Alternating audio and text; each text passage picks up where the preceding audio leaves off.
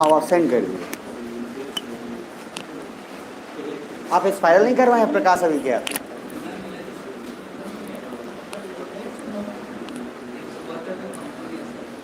अच्छा कोई बात नहीं, तो अभी पीडीएफ से काम चला लीजिए, फिर आगे करते हैं। बांग्लादेश 173 पे होगा है ना, थोड़ा जोर लगाते हैं और काम बढ़ाते हैं आगे। सभी लोग ओपन कर लो। चलिए लास्ट संडे है आज, ठीक है। उसके बाद संडे जो है काफ़ी दिन बाद आएगा तो शुरू चलिए जोक से पार्ट अलग, बांग्लादेश शुरू करेंगे। और बांग्लादेश में सुनिएगा ध्यान से, बहुत मज़ा आएगा, ध्यान से देखना सब, मतलब थोड़ा मज़ा नहीं बहुत, अरे चला जाएगा। धैर्य, गीता में लिखा हुआ है धैर्य रखना है, हम भी धैर्य रखे हुए हैं, आप भी रखिए, आराम से चला जाएगा अभी, ठीक है। जिनको मिल चुका है वो वापस सेंड कर दीजिए, क्या कि उसमें तो गया होगा नहीं तो ठीक है, वो बाकी चला जा रहा है, अभी 2 मिनट रुक जाए, ठीक है। इसके पहले तक क्या था, बस अब 172 पेज में क्या है पहले ये बता दो। पाकिस्तान था, अरे बताओ ना, पाकिस्तान खत्म हुआ था ना, और सर पाकिस्तान में से ही क्या बना है, बांग्लादेश। तो पहले बांग्लादेश पढ़ेंगे और उसके बाद बांग्लादेश के बाद पढ़ेंगे श्रीलंका, क्या कि इसका कनेक्टिविटी क्या है, श्रीलंका भी मदद किया है पाकिस्तान का, ठीक है। तो उसके लिए पहले बांग्लादेश पढ़ लेते हैं और फिर उसके बाद उसमें श्रीलंका को साथ साथ निपटा लेंगे, ठीक है ना, ताकि एक सीक्वेंस हो जाएगा और दूसरा उसका रिलेटिव यूज भी है। सुन रहे हो सब? चलो तो आ जाओ पेज नंबर 173 पे, जीवन का आनंद है, इंडिया और बांग्लादेश वाला पार्ट। पहले तो ऐसे ही जो रिलेशन है वो देख लो, उसके बाद फिर आगे बढ़ेंगे। तो इंडिया बांग्लादेश में पहला पॉइंट देख लीजिए, फास्ट, स्थिर हो जाओ सब एक जगह पे, हो गया ना। चलो बढ़ लेते हैं। जिनको मिला है वो लोग कोशिश करें हर दिन कैरी करें, कंधा नहीं दुखेगा, चिंता ना करें आप लोग, ठीक है। चुटकुला जानते हैं ना, बहुत छोटा लेवल का एक चुटकुला है सुना देता हूँ आपको, ताकि आपको तो थोड़ा सा बहुत है, सुन लो इधर तब तक। चुटकुला एक ये है कि सर किताब का बोझ बहुत ज़्यादा हो जाता है, ठीक है और प्यार करने वाले का बोझ कम होता है, समझ रहे हैं तो वो तो उसको तो आप उठा लेते हैं, समझ में आ रहा है, कोई दिक्कत नहीं है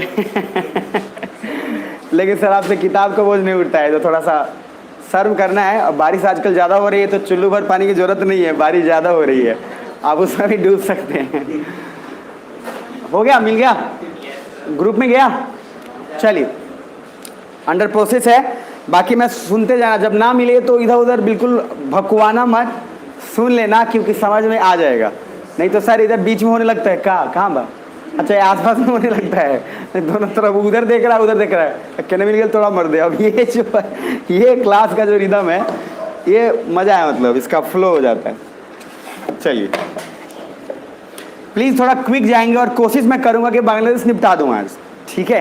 तो थोड़ा सा दिमाग में रखिएगा क्योंकि ऐसे भी आप लोगों का जा रहा है एकदम, मतलब बुलेट ट्रेन नहीं, वंदे भारत से भी ज़्यादा आपका फास्ट जा रहा है तो कोशिश करेंगे, मज़ा आएगा, सुनोगे तब, नहीं सुनोगे तब भी मज़ा आएगा, फिर भी सुन लेना। फर्स्ट पॉइंट पे आना, तो इंडिया बांग्लादेश में सर सबसे पहला कॉन्सेप्ट है कि इसका पीछे का रीज़न क्या है, जो मैं बार बार बोलता हूँ कि कॉमन बिहेवियर क्या है, कैसे हुआ, उसका क्या कनेक्टिविटी है। तो फर्स्ट पॉइंट देख रहा है पेज 173 है, क्या सभी लोग ओपन कर लिए? जोर से बोले सर। अब पहला पॉइंट है सर, उसमें अर्लियर बंगला, जो बंगाल है, बंगाल हमारा, तो कल्चरली प्लस एथनिकली 1905 में, पहली बात सर बांग्लादेश का रिलेशन बंगाल से है फिलहाल, अभी समझिएगा, कल्चरली भी एथनिकली भी, मतलब सब ऐसा समझ लीजिए, जाति धर्म सब समझते जाइए बस कि बंगाल से कनेक्टिविटी है फिलहाल।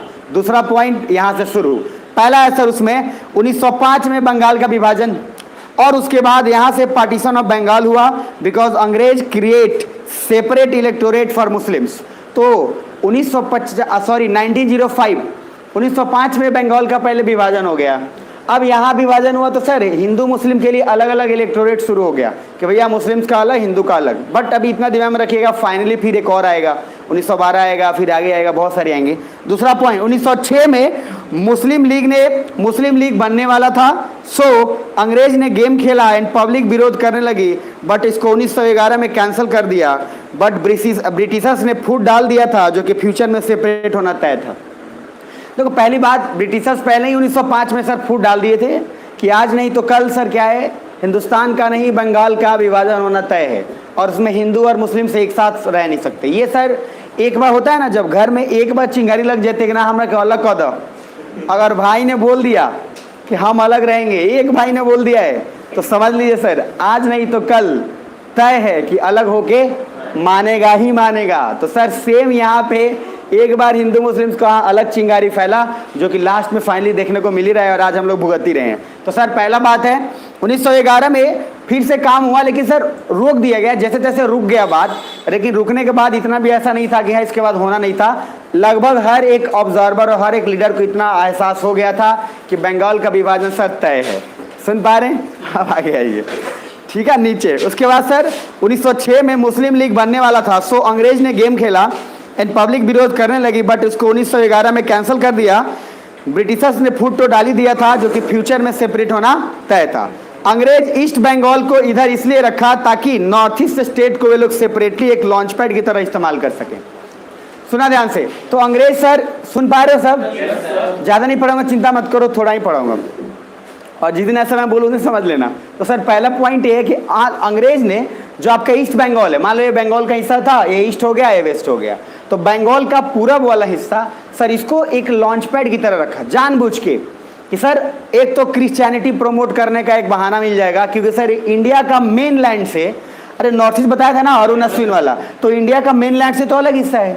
तो सर इंडिया का मेन लैंड से अलग हिस्सा है, तो पहली बात वहाँ पे दो तीन चीज़ों का फ़ायदा है। एक तो सर रिसोर्स है ही है, दूसरा फ़ायदा है कि मेन लैंड से दूर है तो क्रिश्चियनिटी को प्रमोट करने में वहाँ से एक ईजी रहेगा, प्लस चाइना को काउंटर करना आसान रहेगा। तो सर वो भी तो अंग्रेज भी तो चाइना से ट्राई मार ही रहा था उसके बहुत पहले से। इनफैक्ट क्या 1644 से 1911 जो चाइना पढ़ाया था, अरे पढ़ाया था ना, उसमें बोला था अंग्रेज ने क्या किया सर, युवाओं को ड्रग्स दे के किसी भी तरीके से बिजनेस अपना शुरुआत किया वहाँ पे। अब कमाल की बात ये हुई कि जैसे उसको सेपरेट लॉन्च पैड बना रहे थे अंग्रेज, यहाँ पे दो चीज़ें होंगी। सबसे फर्स्ट पॉइंट नीचे, तो सर नॉर्थ ईस्ट स्टेट को लोग सेपरेटली एक लॉन्च पैड की तरह इस्तेमाल कर सके, एंड उन्होंने क्रिश्चियनिटी को काफ़ी प्रमोट भी किया ताकि नॉर्थ ईस्ट स्टेट से पूरे इंडिया को कंट्रोल किया जा सके। इसलिए वहाँ ILP इनर लाइन परमिट बनाया गया, पेज नंबर 173। तो सर इनर लाइन परमिट में क्या हुआ, उसने कुछ नियम बना दिया बेटा कि यहाँ जो है इस अलग सेपरेट नियम चलेगा, वो सारे नियम जो और इंडिया के मेनलैंड में चल रहे हैं उससे डिफरेंट चलेगा। सुन पा रहे हैं? एक अलग प्रकार का, और इसके पीछे बहुत सारे कारण थे, एक कारण नहीं बहुत सारे कारण थे।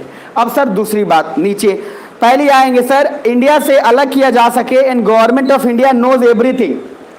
ऐसा नहीं है कि इंडिया जानती नहीं थी सर, इंडिया इस बात को भली बात ही जानती थी कि अंग्रेज गेम खेल रहा है नॉर्थ ईस्ट स्टेट में, बट फिर भी सर हम तो उस समय गुलामी थे ना, तो अपन करना क्या चाहते थे, बट हम इस बात को समझ रहे थे। फिर भी बॉडी तो थी हमारी, ऑटोनोमस बॉडी हो चाहे सर, वो लोग काम तो हमारी थ्रू करवा रहे हैं ना, ऐसा थोड़ी है कि सारा कुछ कर रहे हैं। हम ही आपस में लोग हैं जो हमको बोला जा रहा है कि किसानों से कर लेके आओ और हमको दो। तो सर बात वही है कि ज़मीन आपका, अमरूद का पेड़ भी आपका, बस अमरूद कोई और खा रहा है, लेके भी आप ही जा रहे हैं देने। तो इससे बढ़िया व्यवस्था और कुछ नहीं हो सकता।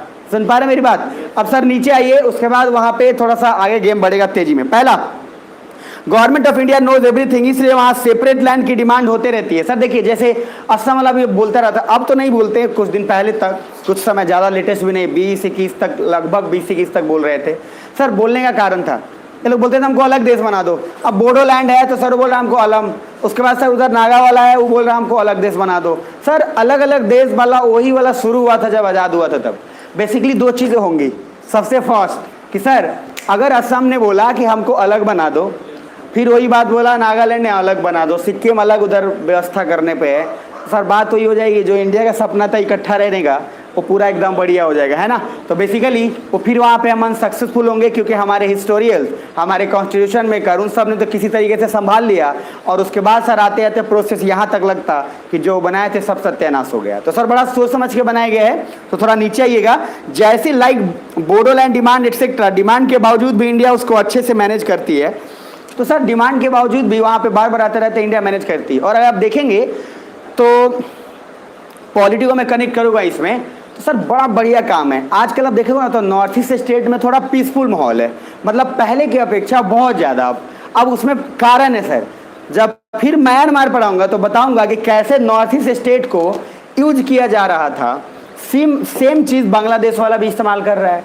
सर इंडिया ने सोचा कि ये नॉर्थ ईस्ट स्टेट हमारे लिए बन गया सर दर्द, अब इस सौरदर जो बना है तो सर इसका काम तमाम करने में बंगाल का भी मदद लिया जाएगा और दो चीज़ किया जाएगा। अब देखोगे तो नॉर्थ ईस्ट स्टेट में क्या होता है, बीजेपी की गवर्नमेंट ना देखोगे हफ्ता 10 दिन या महीना भर में कोनो ना कोनो जाके वहाँ भाषण दे रहा होता है। मैं आपको ऑनेस्टली बता रहा हूँ, आप जैसे उधर नॉर्थ ईस्ट स्टेट में एंट्री करेंगे कोई ना कोई मंत्री संतरी एमएलए एमपी कुछ ना कुछ होगा जो वहाँ भाषण दे ही रहा है। सर सुन पा रहे हैं? तो एक फायदा है। फायदा क्या है? फायदा ये है कि भाषण देने के बाद प्रेजेंस होगा, प्रेजेंस जब होगा तो सिक्योरिटी होगी। और सर नॉर्थ ईस्ट स्टेट वालों को खुद फील भी होने लगा था कि इंडिया का हम मेन लैंड से ऐसे भी कट ऑफ हैं, तो सर कहीं ऐसा ना हो जम्मू कश्मीर की तरह कि ये भी एक हिस्सा जो है साइड में जाए। तो इंडिया ने बड़ा अच्छे से टैक्टिक सॉल्व किया। और जब म्यांमार पढ़ाऊंगा तो सर बोल दिया गया था, यहाँ तक क्या बोला गया कि रोहिंग्या लोग नॉर्थ ईस्ट स्टेट में पूरी तरीके से आ गए थे और पाकिस्तान का पूरा टेक्निक था। पाकिस्तान ने ज़बरदस्ती म्यांमार की सेना से मिल के और उन लोग को भगाया और बोला कि तुम पूरे नॉर्थ ईस्ट स्टेट में फैल जाओ, बांग्लादेश में फैल जाओ, कुछ लोग इधर उधर जाओ ताकि शक ना हो कि पाकिस्तान भेजा है। तो इंडिया ने पहले तो रोहिंग्या की बात समझी नहीं। इंडिया को लगा कि सर ये लोगों को खदेड़ा गया है, बट एक्चुअली म्यांमार की आर्मी और पाकिस्तान का इंटेलिजेंस और आर्मी दोनों मिल के काम कर रही थी। पहले सुन पा रहे हो सब? सर हुआ ये कि रोहिंग्या क्या है, वो म्यांमार में बस गया था। अब म्यांमार में बस गया था आर्मी, और म्यांमार का जो सेना है उसका बात मान नहीं रहा था रोहिंग्या, क्योंकि बोल रहे थे कि जमीन दो। और सर बात ये हुआ कि म्यांमार के वहाँ के लोगों ने क्षत्रिय हैं, जैसे राजपूत है, तो राजपूत लोग पहले से जाके बसे हुए हैं म्यांमार में, बहुत पहले। अब वो लोग एकदम बसे हुए हैं। बाद में सर अंग्रेज काम करवाने के लिए लेके जा रहे हैं यहाँ से सबको, लेबर को कुछ बंगाल से उठा के, कुछ साउथ इंडिया से उठा के, तमिलनाडु वगैरह से लेके जाएंगे। वो सब वहाँ बताऊंगा, बट आपको इसलिए बता दे रहा हूँ कि बहुत दिन से मैप नहीं देखो तो एक बार देख लो, ठीक है? तो उधर का तो दिख ही रहा होगा, इधर का देख लो। सर दो चीज देखना, ये रहा आपका इंडिया, ये रहा आपका म्यांमार। तो ये जो पूरा म्यांमार वाला हिस्सा है, म्यांमार, थाईलैंड, कंबोडिया, लाओस, अरे बताया था ना। तो अगर म्यांमार को देखोगे तो यहाँ पे सर आपका दूसरा दो तीन चीज़ है। सबसे फर्स्ट इधर एक तरफ बे ऑफ बंगाल। अब सर उस मैप पे देखोगे तो और क्लियरली थोड़ा दिखेगा। तो मान लो इधर बे ऑफ बंगाल, उधर म्यांमार का हिस्सा है ना। अब दो चीज़ें होंगी सर, बांग्लादेश को देखो ऐसे जगह पे है कि चारों तरफ से सुरक्षित है, ऑटोमेटिक, उसको सुरक्षा का जरूरत ही नहीं है। मतलब अगर बांग्लादेश को देखते हो, इसीलिए इंडिया ने सर बहुत दिमाग लगाया, आर्मी ने। ये रहा बांग्लादेश। बांग्लादेश देखो, इधर से तो पानी है, कौन आनंद फानंद में सर पूरा का पूरा बे ऑफ बंगाल और ओशन मतलब उठा के जाएगा, पागल हो जाएगा। अच्छा इधर साइड से इंडिया घेरा हुआ ही है, इधर साइड से इंडिया का पूरा हिस्सा है, ऊपर से सिक्किम वगैरह है ही है। तो सर बांग्लादेश को आपको लगता है कि बॉर्डर सुरक्षित करने का जरूरी है? कोई ज़रूरी नहीं है, इसलिए क्योंकि बांग्लादेश सेफ हैंड में है। सर दूसरी सर ऐसा कितना अच्छा लोकेशन है कि दो तरफ पानी हो या तीन तरफ पानी हो और दो तरफ ज़मीन हो, समझ रहे हैं बात? हुई हुई घर है, घर के दोनों तरफ सर वॉशिंग मशीन नहीं सर, स्विमिंग पूल। अब घर के दोनों तरफ स्विमिंग पूल है, एक तरफ मान लो पहाड़ी हिस्सा है। अब सर बढ़िया हो गया, अब इससे ज़्यादा क्या चाहिए? आराम से सर बढ़ी रही है, जिसका हिस्सा है पहाड़ वाला वो लड़ता रहेगा अपना, आप बीच में बैठे रहो मस्त आराम से। बांग्लादेश सर बैठा रहता है, लेकिन इंडिया समझ गया था कि बांग्लादेश कहीं वही पाकिस्तान ना बन जाए जो पाकिस्तान सिर दर्द उसके पीछे कारण है। सुन पा रहे हो? अभी तक जो बोला एक बार रिपीट कर देता हूँ सभी के लिए जो लोग टाइम पे आए हैं। तो पहला मैंने बोला है सर जब मैंने बोला इंडिया और बांग्लादेश, सबसे फर्स्ट बोला था कि इंडिया और बांग्लादेश का रिलेशन क्या है। तो सर बंगाल से रिलेशन है, 1905 में विभाजन हुआ, 1905 में विभाजन हुआ, उसके बाद सर फिर आगे है 1911 में आते हैं। तो लगभग इस बात को तय मान लिया गया था कि हिंदू मुस्लिम्स का अलग अलग तो काम तय है, जो कि बाद में हो ही गया। अब उसके बाद सर सडनली तीन बातें हुई, वहाँ पे मैंने 3 डिवीज़न लिखा है, सबसे पेज के नीचे देखना, 1905, उसके बाद 1947 और 1971। ये वैसा समय है जो ऑफिशियली और सबसे बड़ा विभाजन हुआ है। 1905 भूल नहीं सकते हैं, लेकिन थोड़ा देर के लिए भूल जाइए, क्या कि हम पढ़ाए नहीं है।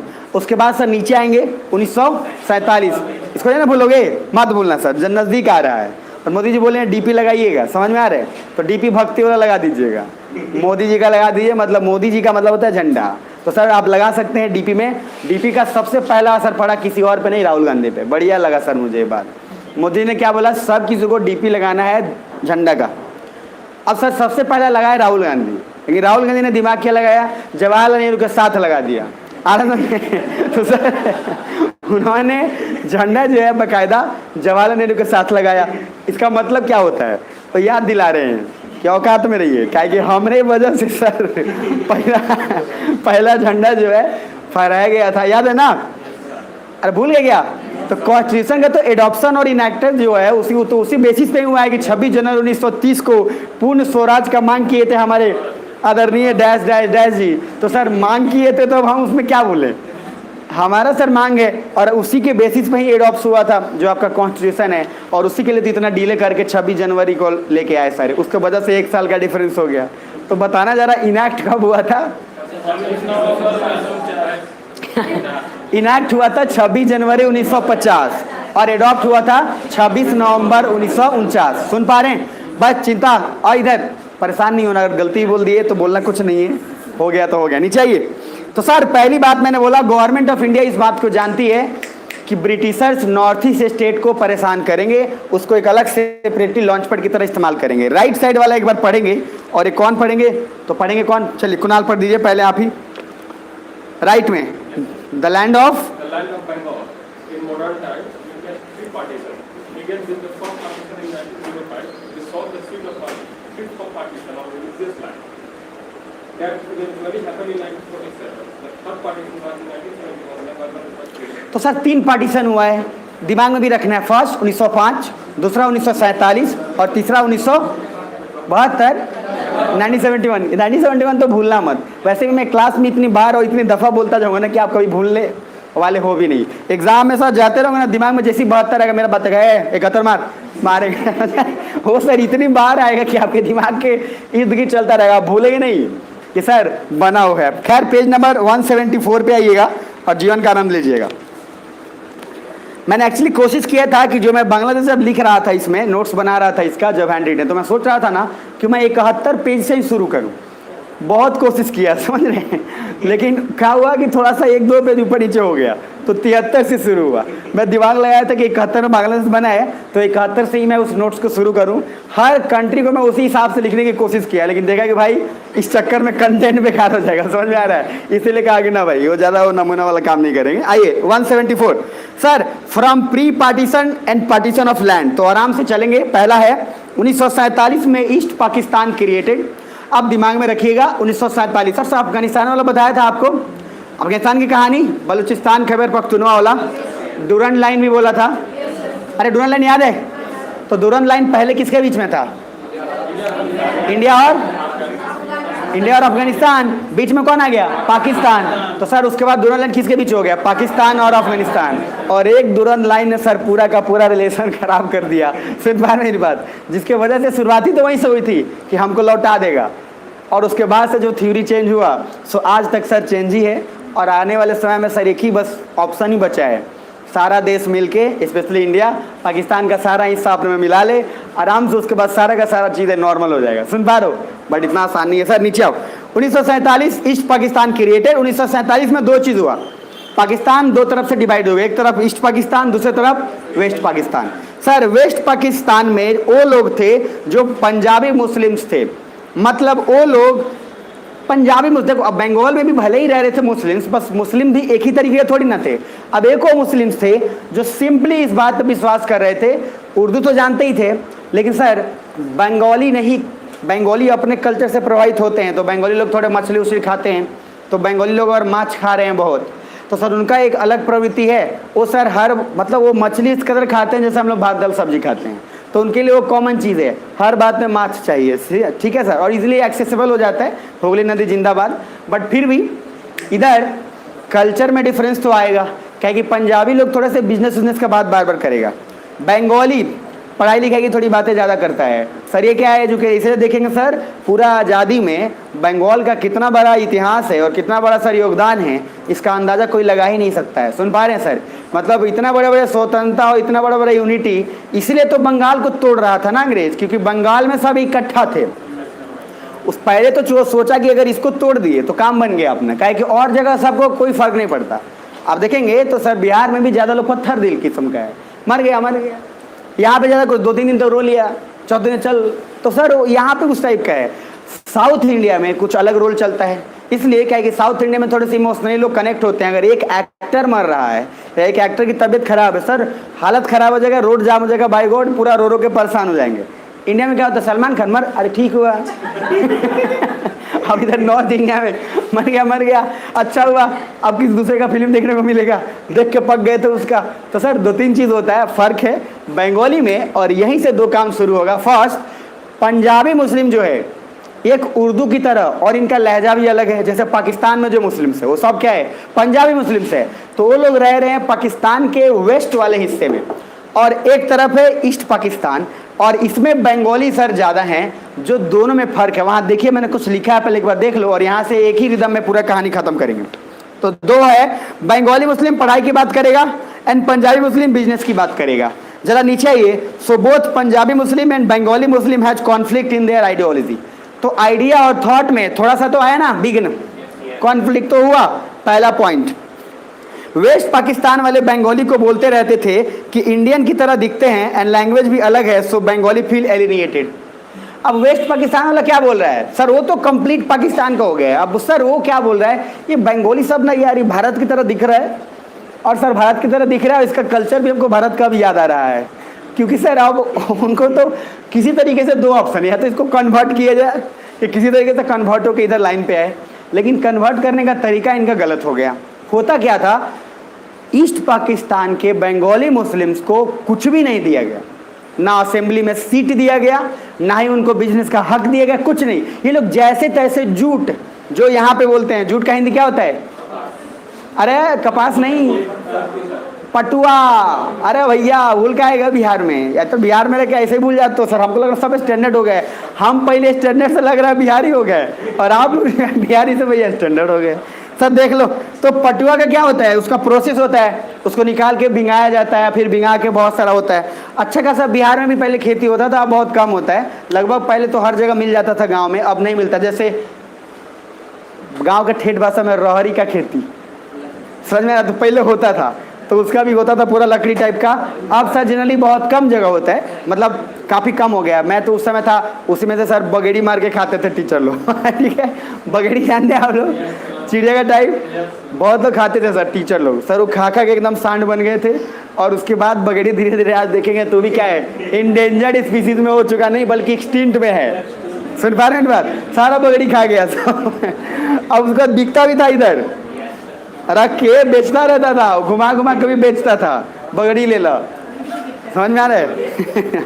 नीचे आइए सर, देखो सबसे पहला बात कि अगर वेस्ट पाकिस्तान वाले अगर बराबर ट्रीटमेंट दे देते ईस्ट पाकिस्तान को, तो इनको अलग फील नहीं होता। सुन पा रहे हैं, लेकिन कुछ दिक्कत होने वाला है सर। दूसरा पॉइंट, आइए। पहली बात, वेस्ट पाकिस्तान वाले उर्दू प्लस पंजाबी बोलते थे, और बंगाली को भी दबाव डालते थे बोलने को, जबकि बंगाली को बंगाली में बोलना पसंद था। मतलब जो ईस्ट पाकिस्तान में मुसलमान थे, ये बोलते थे आमी बांग्ला छे, तो हमको बांग्ला बोलने दो भाई।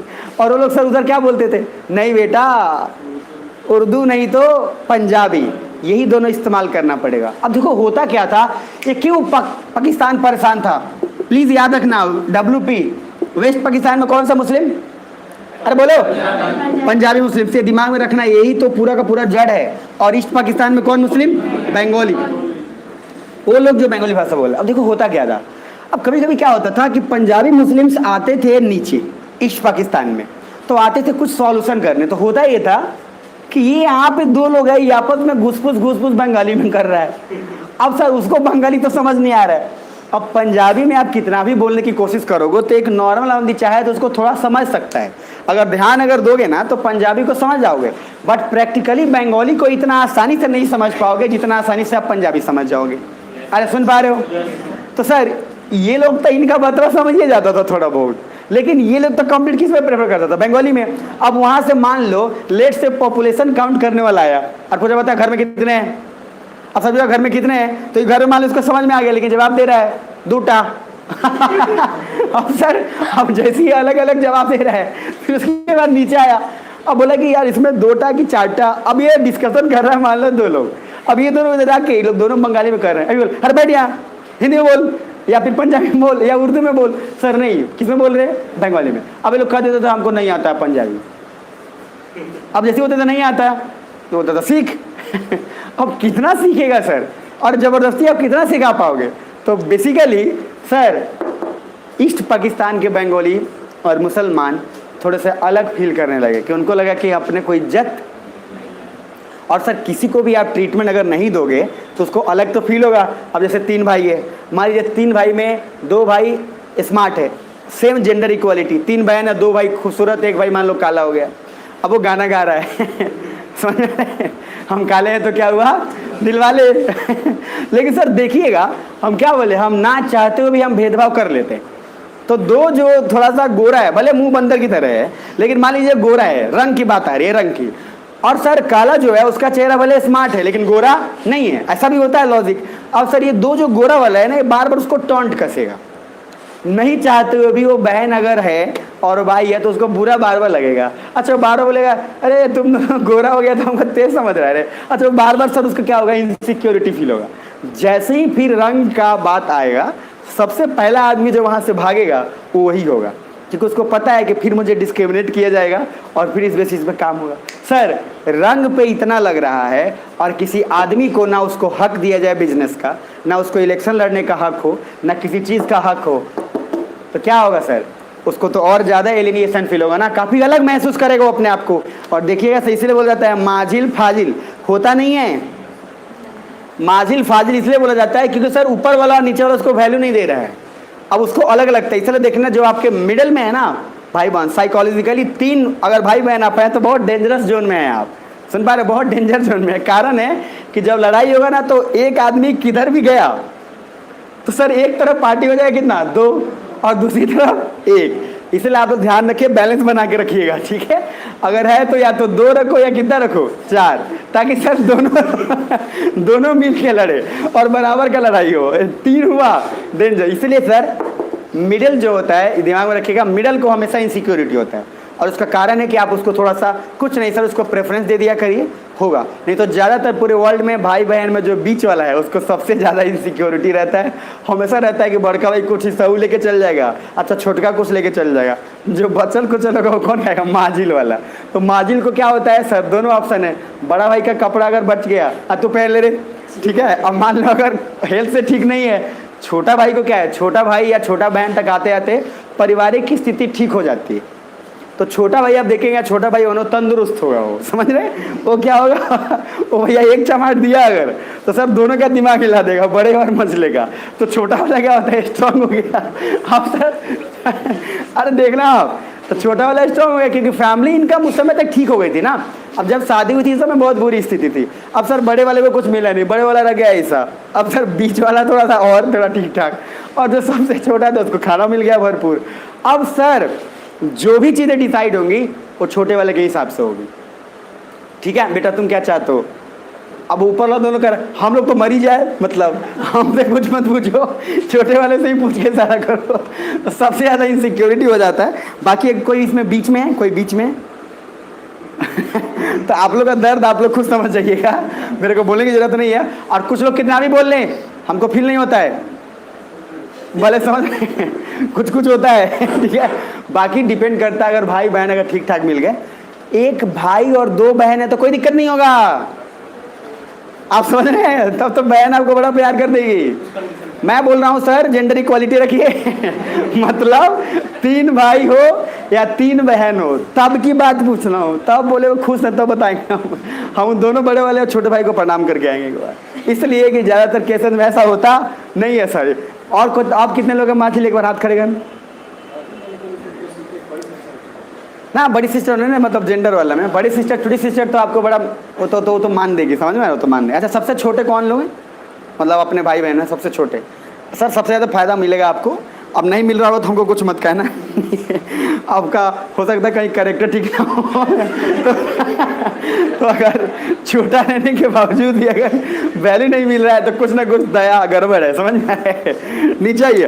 तो सर फर्स्ट वेस्ट पाकिस्तान वाले उर्दू प्लस पंजाबी बोलते थे, बंगाली को भी दबाव डालते थे बट बंगाली बोलना नहीं चाहते थे पंजाबी उर्दू में। जरा नीचे ये 3rd पॉइंट, वेस्ट पाकिस्तान के ऑफिसर जब ईस्ट पाकिस्तान में आते थे तो ईस्ट पाकिस्तान वाले बंगाली में बात करते थे, इससे उनको इनसिक्योरिटी होती थी। किसको, वेस्ट पाकिस्तान वाले को। अब सर वो आया है उर्दू में बोलने और आप बात कर रहे हो बंगाली में। अब ये ऑफिसर कहते थे अजीब आदमी है, हम इससे जनगणना करने आए पंजाबी में पूछ रहे हैं, ये बात कर रहे हैं बंगाली में। अब सर एक किस्म का वेरिएशन मतलब एक क्रिएट हो जाता है दिमाग में। देखिए अब ना चाहे तो ही हम लोग ना चाहते हुए भी कुछ ऐसे चीज़ों का है जो आपस में दिमाग में बिठा लिए कि ऐसा ही होगा। जैसे सिख है तो हम लोग चाहते हैं ट्रक ही चलाएगा, बिहारी है तो पहले दिमाग में आता है लेबर क्लास होगा। तो कुछ चीज़ें ऐसी हैं जो हमारे दिमाग में बैठ चुकी हैं सर, उसको निकालना ज़रूरी है। और ये बात वो निकालने की कोशिश नहीं कर पा रहे थे, कौन? वेस्ट पाकिस्तान वाले, क्योंकि इनको और लग रहा था क्या, अरे नीच पीपल। ये कहाँ से आया था आप सोच के देखो, अंग्रेज से। अंग्रेज ने हमको इस कदर ट्रीट किया था ना कि हम जो अंग्रेज के चुंगल में फंस के जिनके अंदर काम कर रहे थे, उनको ये महसूस होने लगा था अपन ही भगवान, और वो लोग अपने से निचले वाले स्तर को और इस कदर फील करने लगे। याद रखिएगा, अंग्रेज सताया कम है सर, जितना हमारे लोगों ने जितना सताया है ना, उतना अंग्रेज नहीं सताया है। याद रखिएगा, वो तो हरामखोर सताया था, उस लेवल का तो बता कर दीजिए। लेकिन हमारे अपने लोग जितना सताए हैं ना, उतना और कोई नहीं सताया है। सुन पा रहे हैं मेरी बात? सभी सुन पा रहे हो? जोर से बोले सुनो। अब फोर्थ पॉइंट है, वेस्ट पाकिस्तान वाले आर्थिक मदद भी नहीं देते थे ईस्ट पाकिस्तान को, उनको सीट भी नहीं दिया गया था असेंबली में। ऊपर से ईस्ट पाकिस्तान वाले जूट का व्यापार करके कमाते थे, तो वो भी अच्छा नहीं लगता था इनको। अब सर नीचे, सो ईस्ट पाकिस्तान को काफ़ी अलग एंड बुरा फील होता था, सो इंडिया ने इसको फॉल्ट लाइन बनाया। तो मैंने बोला था इंदिरा गांधी की कहानी। अब रॉ के बनने के बाद सर, रॉ को पहला ही क्या बोला गया सर, ईस्ट पाकिस्तान में पहली बात चीज़ें ठीक चल नहीं रही हैं, काहे कि यहाँ पे पता है दोनों के बीच में पूरा मतभेद चल रहा है। एज ए कंट्री आप क्या लगता है, इंडिया में सर, इंडिया जब से बना है, बनने के बाद इंडिया में कोई चीज़ें अलग क्यों नहीं हुई? इंडिया ने हर चीज़ को एक कंट्री और एक अपना हिस्सा समझा है। पाकिस्तान में सर कभी नहीं समझा गया, पाकिस्तान का इंटेंशन ही गलत था। पाकिस्तान का विभाजन होना ही अपने आप में उसके लिए सिरदर्द है, और जिस नियत से बना था वो नियत ही गलत था। अब सर आप देख लो, इंडिया में हर बार कुछ ना कुछ हर तरीके से डिमांड उठाए, हर स्टेट अपना अपना डिमांड उठाया, हमको अलग कर दो, कुछ अलग, दंगे फसाद भी हुए हैं, बहुत सारी चीज़ें हुई हैं, लेकिन अल्टीमेटली रिजल्ट यही आके हुआ है कि सर हम एक ही हैं और वो सिर्फ क्या हैं, भारतीय हैं। लेकिन सर अगर आप पाकिस्तान की बात कर रहे हो तो पाकिस्तान को सोचना चाहिए कि यार ये ईस्ट पाकिस्तानी जो है कम से कम हमारे ही ना सर, हमारे कंट्री में आए हैं तो हमारा ही जिम्मेदारी है इनको। ये भाषा अलग बोल रहे हैं या इनका खान पान अलग है, इस चीज़ से लेना क्या देना? अब तो विभाजन हो चुका ना, और जब विभाजन हो चुका है तो सर इनको सम्मान देना चाहिए, बात खत्म। लेकिन ये सम्मान उनको नहीं मिला है। सेम यही गलती करेगा नेपाल में लोग। अब नेपाल में जब गलती करेगा तो वहाँ से ध्यान से देखिएगा, नेपाल की गलती हर कोई रिपीट फिर करेगा, और नेपाल गलती रिपीट करेगा, नेपाल में भी फिर वही होला। वहाँ पे सर तराई रीजन में और जो उसका ऊपर अपर का रीजन है, 2-3 जगह पे 2 बातें होंगी, और कमाल की चीज़ होंगी कि अपर के लोग सर लोअर जो तराई और प्लेन एरिया में उनको वैल्यू बराबर नहीं दिया जाएगा, और फिर ये लोग भी विद्रोह करेंगे, जो आगे नेपाल में पढ़ाऊंगा। अब पेज नंबर 174 के नीचे पॉइंट में आइए, मैंने क्या लिखा है देखिए और आगे बढ़ेंगे। तो वेस्ट पाकिस्तान वाले आर्थिक मदद भी नहीं देते थे ईस्ट पाकिस्तान को। सो 1968 में रॉ क्रिएटेड एंड 1970 में पाकिस्तान में इलेक्शन हुआ।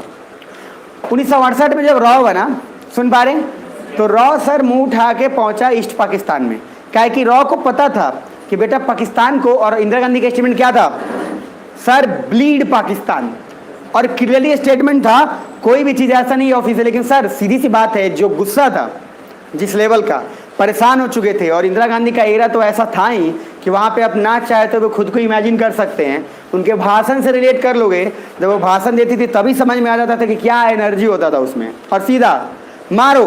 और पाकिस्तान को सर अंदर से पूरा पूरा एकदम कर दो खोखला, और अंदर से खोखला करने का मीनिंग सर बहुत डेंजरस है। अब 1968 में रॉ अपना काम शुरू कर दिया है ईस्ट पाकिस्तान में। 1970 में इलेक्शन होने वाला है पाकिस्तान में, तो 1970 में अगर पाकिस्तान में इलेक्शन होने वाला है तो 2 चीज़ें होंगी सर, ईस्ट पाकिस्तान वाले भी तो शामिल हो रहा और वेस्ट पाकिस्तान वाले भी शामिल होगा। ईस्ट पाकिस्तान वाले इलेक्शन लड़ने लायक नहीं है, बहुत कम सीट है, मान लो 10,000 में 1 सीट या 2 सीट दिया, वो भी ना के बराबर है। और दूसरी तरफ सर जो वेस्ट पाकिस्तान में है उससे कम पॉपुलेशन या ऑलमोस्ट 50-50 है, तो 10,000 लोगों पे 100 सीट है, और यहाँ शायद 1 सीट के लिए भी तरसना पड़ रहा है। अब 2 चीज़ें होंगी, 1970 में इलेक्शन होगा तो जीतना चाहेगा, और जीतना चाहेगा कौन, वेस्ट पाकिस्तान, क्या कि डोमिनेंट कौन है, वेस्ट पाकिस्तान। अब इंडिया सर एक्टिव हो चुका है ईस्ट पाकिस्तान में। अब पेज नंबर 175 पे आइएगा, और यहाँ से एक नया आयाम शुरू होगा शेख मुजीबुर रहमान का। सर 1970 के दिसंबर में पाकिस्तान में हुआ इलेक्शन, कहाँ हुआ, अरे बोल लो, पाकिस्तान में।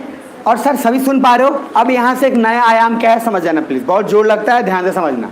पहला बोला फर्स्ट 1968 में ईस्ट पाकिस्तान में रॉ लगभग एक्टिवेट पूरी तरीके से हो चुका है। अब रॉ क्या करेगा? उन सारे लोगों को पकड़ेगा जो पाकिस्तान, वेस्ट पाकिस्तान के स्पेशली क्या है खिलाफ, और खिलाफ तो पूरा ईस्ट पाकिस्तान ही है, क्योंकि इनको जो मिलना चाहिए था वो तो नहीं मिल रहा था। तो सर दो चीज़ें होंगी, 70 में इलेक्शन हुआ, इंडिया ने सपोर्ट किया शेख मुजीबुर रहमान को। किसको सपोर्ट किया? शेख मुजीबुर रहमान। तो अब 1970 में इलेक्शन हुआ और शेख मुजीबुर रहमान जीत गया। अब सर वेस्ट पाकिस्तान को कैसे जीता रे? अब उसको सर बिलीव ही नहीं हो रहा है। ईस्ट पाकिस्तान वैसा देश जिसको वेस्ट मतलब ऐसा एरिया जहां पे वेस्ट पाकिस्तान सर कुछ जानता ही नहीं, जानता है कि ये मरा हुआ है, और वहां का एक कैंडिडेट सडनली जीत जाता है। कहता है कुछ तो गड़बड़ होगा। अब सर ऐसा थोड़ी कि वो लोग भी बेवकूफ़ है, उन लोग को भी तो पता चल ही गया होगा कि इंडिया कुछ ना कुछ गेम तो कर ही रहा है। लेकिन सर जब तक शक होता तब तक शेख मुजीबुर रहमान जीत चुके थे, और कमाल की बात है जीतने के बाद भी वेस्ट पाकिस्तान ने शेख मुजीबुर रहमान को हटवा दिया और बोला क्या? सन ऑफ सॉइल नहीं है। सन ऑफ सॉइल मतलब पता नहीं क्या होता है, मतलब इनका कहना था कि इलेक्शन जो जीते हैं तो पाकिस्तान के मिट्टी में जन्मे नहीं है, ये कहीं और के जन्मे हुए हैं। अब सर कोई लॉजिक नहीं मिलता है तो कुछ भी घुसेड़ देते हैं। क्या मतलब आप यहाँ के जन्मे नहीं है? अरे भाई उस हिसाब से देखोगे तो तुम भी तो यहाँ के जन्मे नहीं हो, तुम कहाँ से आए हो? अरे तुम कहाँ से आए हो? तुम भी तो बंगाली से आए हो। अब सर वो लोग लॉजिक लगा के, लॉजिक क्या? जबरदस्ती, और जबरदस्ती सर यही तो करता है जिसके बेसिस पे डिवाइड हुआ है। सर शेख मुजीबुर रहमान को हटा दिया गया, इज्जत से नहीं, समझे सर? बाइज्जत, बाइज्जत मतलब यही होता है इज्जत के साथ। लेकिन सर उनको इज्जत नहीं दिया गया और पूरी तरीके से हटा दिया इधर। अब इंडिया जो चाहता था वही हुआ। अब शेख मुजीबुर रहमान के पक्ष में जो थोड़ा बहुत था कि वेस्ट पाकिस्तान भी हमारा कुछ हो सकता है, हम जीत रहे हैं तो हम सीट का डिमांड करेंगे, ईस्ट पाकिस्तान में कुछ डेवलपमेंट करेंगे, ये सोचा क्या? अब तो वो भी जो था वो ख़त्म। अब एक ही ऑप्शन बचा है, इंडिया का सपोर्ट हाथ थामो और उसके बाद वेस्ट पाकिस्तान को मार के बताओ कि हम सर कमज़ोर नहीं है। लेकिन सर याद रखिए, किसी को कुर्सी पर से हटाना सर बड़ा बुरा लगेगा, और नेता सर जनरली कुर्सी छोड़ना चाहता नहीं है सर, चाहे वो कितना भी अच्छा बन ले। रेयरेस्ट ऑफ रेयर कोई ऐसा आदमी होता है जिसको कुर्सी से हटाया जाए तो सर सौभाग्य से बोले। अगर ऐसा ही रहता तो हर कोई, आज तक बहुत कम ऐसे हैं कि चीफ मिनिस्टर और प्राइम मिनिस्टर के पोस्ट पे रहते हुए कभी ये बोले हों कि अब हमारा हो गया, अब दूसरे लोग हम चाहते हैं कि युवा लोग संभाले। असल आज तक किसी का स्टेटमेंट ऐसा नहीं आया। सर उसका बस चले तो सर फुसफुस करके भी वो पीएम बनता रहे, मतलब इधर सांस ले रहा है और पीएम बन रहा है। तो सर बेसिकली वो लोग नेता कोई कुर्सी छोड़ना क्यों चाहेगा? शेख मुजीबुर रहमान कुर्सी के लालच में तो खैर हर कोई रहता है, वो अलग बात है, बट प्रॉब्लम था कि ईस्ट पाकिस्तान को रिप्रेजेंट करने का एक बहुत बढ़िया मौका था जहाँ से डिमांड किया जा सकता था कि वेस्ट पाकिस्तान ईस्ट पाकिस्तान बंद करो, दोनों एक साथ इकट्ठा हो और सर नया आराम से आगे काम बढ़ाओ। लेकिन सर नीचे आइए, शेख मुजीबुर रहमान अवामी लीग पार्टी का नाम है, याद रखिएगा। तो 16 दिसंबर नहीं सर 1970 के दिसंबर में पाकिस्तान में इलेक्शन हुआ और ईस्ट पाकिस्तान में शेख मुजीबुर रहमान जीत गए, और वेस्ट पाकिस्तान में जहाँ भुट्टो वन, यहाँ पे जेड जो है इसका नाम थोड़ा सा अलग है, जुल्फिकार भी बोलते हैं, और कुछ नाम सर कहीं कहीं इसको बोला भी नहीं गया है एग्जैक्टली थोड़े अलग से। तो आप इतना दिमाग में रखिएगा, फिलहाल के लिए भुट्टो नाम याद रखिएगा। भुट्टो आपको याद रहेगा क्या कि बहुत सारे भुट्टो के आएंगे आगे फैमिली, बेनजीर भुट्टो सब कुछ आएंगे, ठीक है? तो सर आइए नीचे, और सबसे first Bhutto one, but Bhutto ने सोचा कि मुजीबुर रहमान जीता कैसे, जरूर इसमें इंडिया का हाथ है। अब सर उसको लगा कि यार वहाँ पे ये कैंडिडेट अगर ईस्ट पाकिस्तान में शेख मुजीबुर रहमान जीत रहा है, जिसका जीतने का कोई दूर तक चांस नहीं था, तो कुछ ना कुछ गड़बड़ है, जरा नीचे आइए। सो भुट्टो ने पावर में आने ही नहीं दिया, ये कह करके अब सन ऑफ सॉइल, पानी चाहिए कि सन ऑफ सॉइल नहीं है, अच्छा सन ऑफ सॉइल नहीं है, ठीक है पकड़िए। अब सर उसके बाद नीचे, अब इसने जैसी बोला कि सन ऑफ सॉइल नहीं है, ये कहकर आप सन ऑफ सॉइल हटा दिया, आपने बाहर सपोर्ट लिया है, काफ़ी प्रताड़ित भी किया गया, देन रॉ ने इसको खूब हाईलाइट किया। अब सर काफ़ी प्रताड़ित किया गया, शेख मुजीबुर रहमान को भी, उनके सपोर्टर को भी, सबको खूब प्रताड़ित किया गया। अब उसके आगे नीचे आएंगे, इंदिरा गांधी ने भी कहा कि ह्यूमन राइट वायलेशन हुआ है। अब सर इंदिरा गांधी ने सीधा बोलना शुरू किया कि ह्यूमन राइट वायलेशन हुआ है, कहाँ हुआ है, कहाँ? ईस्ट पाकिस्तान में। और सर देखा जाए तो रॉ उस समय पूरी तरीके से एक्टिव था ही, आराम से काम चल रहा था। बार बार बोला भी ये देखिए अपने ही लोग को मार रहे हैं, अब ईस्ट पाकिस्तान के लोग अपने ही हैं सर, सारा बवाल इन्होंने मचाया था और मार भी रहे हैं यही। अब जरा नीचे आइए, इंदिरा गांधी ने सर भी मजा चखाया, यूएसए भी कुछ नहीं बोल पा रहा था, सो इंदिरा गांधी ने मजा चखाया। देखो अब इंदिरा गांधी भी बोल रही थी कि बड़ा ह्यूमन राइट करते हो, तो जब पाकिस्तान में हो रहा है उसके बारे में कुछ बोलो। तो सर यूएसए के पास क्या रहेगा बोलने को, कुछ नहीं रहेगा। यूएसए ने सिंपल ये सोचा कि बेटा दो चीज़ है हमारे पास, ऑप्शन क्या है बोलने को, क्योंकि प्रूफ है यहाँ पे कि ईस्ट पाकिस्तान में वेस्ट पाकिस्तान वाले मार ही रहे थे। रखे ठीक है। अब सर ये जब कांड यहाँ चल रहा है तो दो चीज़ें हुआ, यूएसए की बोलती बंद हो गई और दूसरा ये भी बात हुआ यूएसए के पास कोई प्रूफ भी नहीं था कि अब जवाब देगा। तो इंदिरा गांधी ने उसी समय बोला था कि तुम जो इतना डेमोक्रेसी और तुम जो इतना ह्यूमन राइट वायलेशन की बात करते हो, तो सर अभी आपका कहाँ गए ह्यूमन राइट वायलेशन और सब कुछ, अभी तो कुछ बोलो। और मैंने आपको जब पढ़ाया था पाकिस्तान तब भी बोला था अमेरिका कभी भी नहीं बोला है कुछ भी, खासकर जब हमारी बातें होती हैं तो, और हमारी बातें होती है बेक शब्द नहीं चिल्लाता है। अब जैसी सर पाकिस्तान की बातें होती है तो कहता है अगर इंडिया चाहे तो मीडिएशन कर सकते।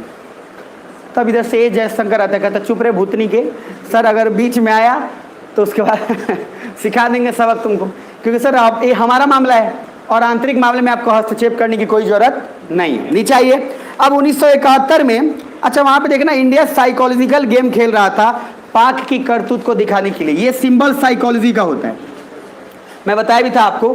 तो जहां पे भी ऐसा लिखा रहे तो ये सर शंकर जी का धनुष नहीं बना रहा हूं मैं, ये बेसिकली क्या है साइकोलॉजी कि आप सोचेंगे सावन का महीना चल रहा है तो कहीं शंकर जी का डमरू उमरू लगा दिए, तो साइकोलॉजी है। अब इसमें साइकोलॉजी में साइकोलॉजिकली मैंने लिख दिया है ऐसे, तो सर ये भी आप कर सकते हैं, ये हटा दे तब भी हो जाएगा।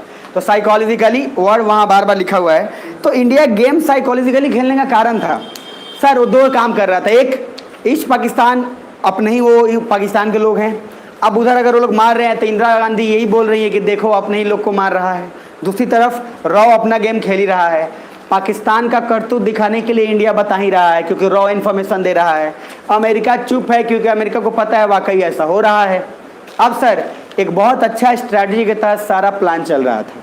अब 1971 का लड़ाई आई है, in 1971 West Pakistan army started Operation Searchlight, ये इंपॉर्टेंट है, हाईलाइट करके रखिएगा। तो वेस्ट पाकिस्तान की आर्मी ने सर ऑपरेशन सर्च लाइट शुरू किया एंड ईस्ट पाकिस्तान में लोगों को सर लगभग बर्बादी करने का पूरा सिखाया। यानी वहाँ मुजीबुर रहमान के सपोर्टर पे अटैक किया क्योंकि ईस्ट पाकिस्तान में सर्च लाइट चल ही रहा था, बट इंडिया यही चाहता था कि वेस्ट में पाकिस्तान अटैक करे। देखना पाकिस्तान क्या दिमाग लगाया, पाकिस्तान दिमाग लगाया कि सर ऑपरेशन सर्च लाइट तो हम ईस्ट इंडिया में चला ही रहे हैं, मतलब सॉरी ईस्ट पाकिस्तान में, वहाँ पे हम मार ही रहे हैं सबको। अब इंडिया भी इस बात में पूरा का पूरा अपना फोकस किया हुआ था, कहीं और नहीं, सारा फोकस किया हुआ था ईस्ट पाकिस्तान पे, क्योंकि इंडिया को पता था कि सर कमजोरी कौन सा है, ईस्ट पाकिस्तान। भाई इंडिया वेस्ट पाकिस्तान में जाके क्या करेगा, वहाँ पे लोग तो यूनिटी में है पूरा, और यहाँ पे लोग भी यूनिटी में है लेकिन अलग तरीके से, क्योंकि ये सर विरोध उनका कर रहे हैं। अब पाकिस्तान सोचा कि ऑपरेशन सर्चलाइट हम ईस्ट पाकिस्तान में चलाइए रहे हैं, अब एक और काम कर देते हैं। क्या कर देते हैं, तो कुछ ऐसा भी ऑपरेशन जो सर अलग अलग चलाए ताकि इंडिया इसका गेम का फ़ायदा नहीं उठाए। तो इंडिया के कुछ अलग हिस्सों पे पाकिस्तान अटैक करेगा। अच्छा इंडिया इस बात के लिए तैयार था कि बस अपना किसी तरीके से पूरा एनर्जी पाकिस्तान ईस्ट पाकिस्तान में ना लगा दे बस, और इंडिया उसमें सक्सेसफुल हुआ। इंडिया ने सर अपना सारा एनर्जी ईस्ट पाकिस्तान पे ही लगाया, और वेस्ट पाकिस्तान वाले सोचा कि ईस्ट पाकिस्तान में सर्चलाइट ऑपरेशन चल रहा है तो कोई दिक्कत होवे नहीं करेगा, हम और आर्मी और अपनी एनर्जी दूसरे हिस्से पे लगाते हैं। दूसरे हिस्से पे लगाया, इंडिया ने सारा एनर्जी एक हिस्से पे लगाया, East Pakistan becomes Bangladesh, happy birthday to Bangladesh. अब सर ये जो हैप्पी बर्थडे बांग्लादेश का हुआ, इससे भी आपको सीखने को मिलता है, जब भी कभी आप किसी एक चीज़ पे फोकस करते हैं, आप टारगेट करिए। पाकिस्तान क्या टारगेट कर रहे हैं, दो तरफ चारों तरफ घेरेंगे। सर इंडिया एक ही चीज़ पे टारगेट था, उसको पता था कि बेटा यही एक टारगेट पॉइंट है जिस पे हिट करके बर्बाद किया जा सकता है। अपना इंटायर फोकस, पूरी एनर्जी ईस्ट पाकिस्तान पे ही रखा। इंडिया ने सोचा कि अगर इंडिया के दूसरे हिस्से पे अटैक भी करे तो सर कोई दिक्कत नहीं है, जब तक वो अटैक करेगा तब तक ईस्ट पाकिस्तान को अपन लपेटे में लेके और नया कंट्री बना देंगे जिसका नाम क्या हो जाएगा, बांग्लादेश। अच्छा बांग्लादेश बोल तो दिया गया, क्यों बोला गया सर, ईस्ट पाकिस्तान में बंगाली बोल ही रहे हैं, वो मुस्लिम सर वो मुस्लिम से डिफरेंट है, सिर्फ कल्चरल वाइज, बाकी क्या फ़र्क है। और सर गलती किसकी है, आपकी है, आपने अगर इकट्ठा सबको करके रखा होता तो ये नौबत ही नहीं आता। अब फैमिली में अगर 2 भाई 4 भाई अलग हो गए और उसके बाद कोई और आके पीट के चला गया तो गलती उसका नहीं था जो पीट के गया, गलती आपका था कि आप अलग हुए। अगर बड़ा भाई उसको बांध के रखता सबको एक इकट्ठा, और unity is strength, unity is strength बोलते हैं, लेकिन आजकल यूनिटी इज स्ट्रेंथ कहाँ है सर? आजकल अलग है, अलग रहिए, आप पिटाइए उधर साइड में, इधर बताइए उन्हें कि हम पिटाए थे। अलग अलग फ्लैट है दोनों का, उस फ्लैट में कोई उसको मार के गया, कोई इधर पीट के चला गया, कोई नहीं। यार दोनों जब मिल के साथ दूसरे को पीटेंगे, साथ रहेंगे तब ना भाई। फ्लैटें अलग है, कितना घंटी बजाइएगा तब बीच में आ रहे हैं आ रहे हैं। शहर में क्या है सर, आप नहीं बजा सकते। अगर भिखारी मांगने गलती से आ गया, वो भी सोचेगा कहाँ आ गए हम। अब सर वो गेट बजाते बजाते बजाते बजाते परेशान है, आप देंगे भी नहीं, मत दीजिए। लेकिन गांव में क्या है सर, द्वारे पे बैठ जाएगा। अब द्वार है ना, बैठ गया, अब जाओगे कहाँ? अब सर वहाँ कोई ना कोई है। अब प्रॉब्लम क्या होता है, गांव में आ जा रहा है, कहेगा ओ शंभू भाई खोला। अब सर मान लो ऐसा बोल दिया अगर, इसलिए क्या है, अच्छा जिसका नाम होगा बुरा मत मानना। अब सर क्या है, राम, अच्छा राम खिलावा ले लेते हैं ताकि कोई सर सेफ जोन में रहे। अब मान लो क्या होता है, गांव में आते जाए तो बोलते हैं अरे मर्द खोला ना, आयल बा मांगे, गौजाबाद नहीं बड़ा मौजूद तो नहीं सुख देते गाँव तक आ हो जाए। अब सर क्या वहाँ पे भिखारी अकेले नहीं मांग रहा है सारा गांव सपोर्ट में भिखारी के है। मर्द तो नहीं एक डिब्बा चावल दे दे बता क्या हो जाए। अब सर आप पे सामाजिक दबाव आ गया। अब आपको सर क्या है, आपको देने का मन नहीं था, हो सकता है आप सर जबरदस्ती टांगा के अंदर ही सोए हुए थे, आप नहीं देने चाह रहे थे, लेकिन अब सामाजिक दबाव आ गया। पहले भिखारी खटखटा रहा था, अब 3-4 लोग है मर्द दाना क्या हो जाए। अब सर आप ना चाहते हुए भी अंदर से डगड़ा में ले जाओगे या आप सुपली में ले जाओगे और उसको दोगे। तो सर दो यही फर्क है गांव और शहर का। शहर में अगर पीट रहा है तो सर इंतजार करते रहेगा, सामने वाला भी कहेगा अपना पूरा तेज में बंद कर ले कि हमर ना बजाए तो सर वो ना तो बोलेगा और ना ही उसको सपोर्ट करेगा। और गांव में सर एक के साथ बहुत सारे भिखारी आ जाते हैं। थोड़ा नीचे है ना सर, 1971 वेस्ट पाकिस्तान के बाद नीचे East Pakistan become Bangladesh, happy birthday to Bangladesh. Sir India ने अपनी पूरी ताकत तो लगा दी। राइट साइड वाला थोड़ा सा पढ़ेंगे, कौन पढ़ेंगे? चलो पढ़ लो आप, अरे जल्दी पढ़ लो। Since 1970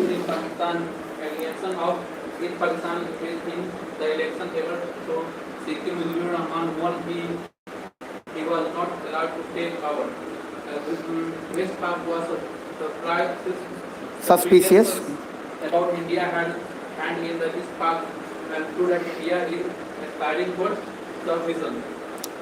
And in 1971, Pak issued to the first preemptive strike leading to outbreak war, which committed in court of.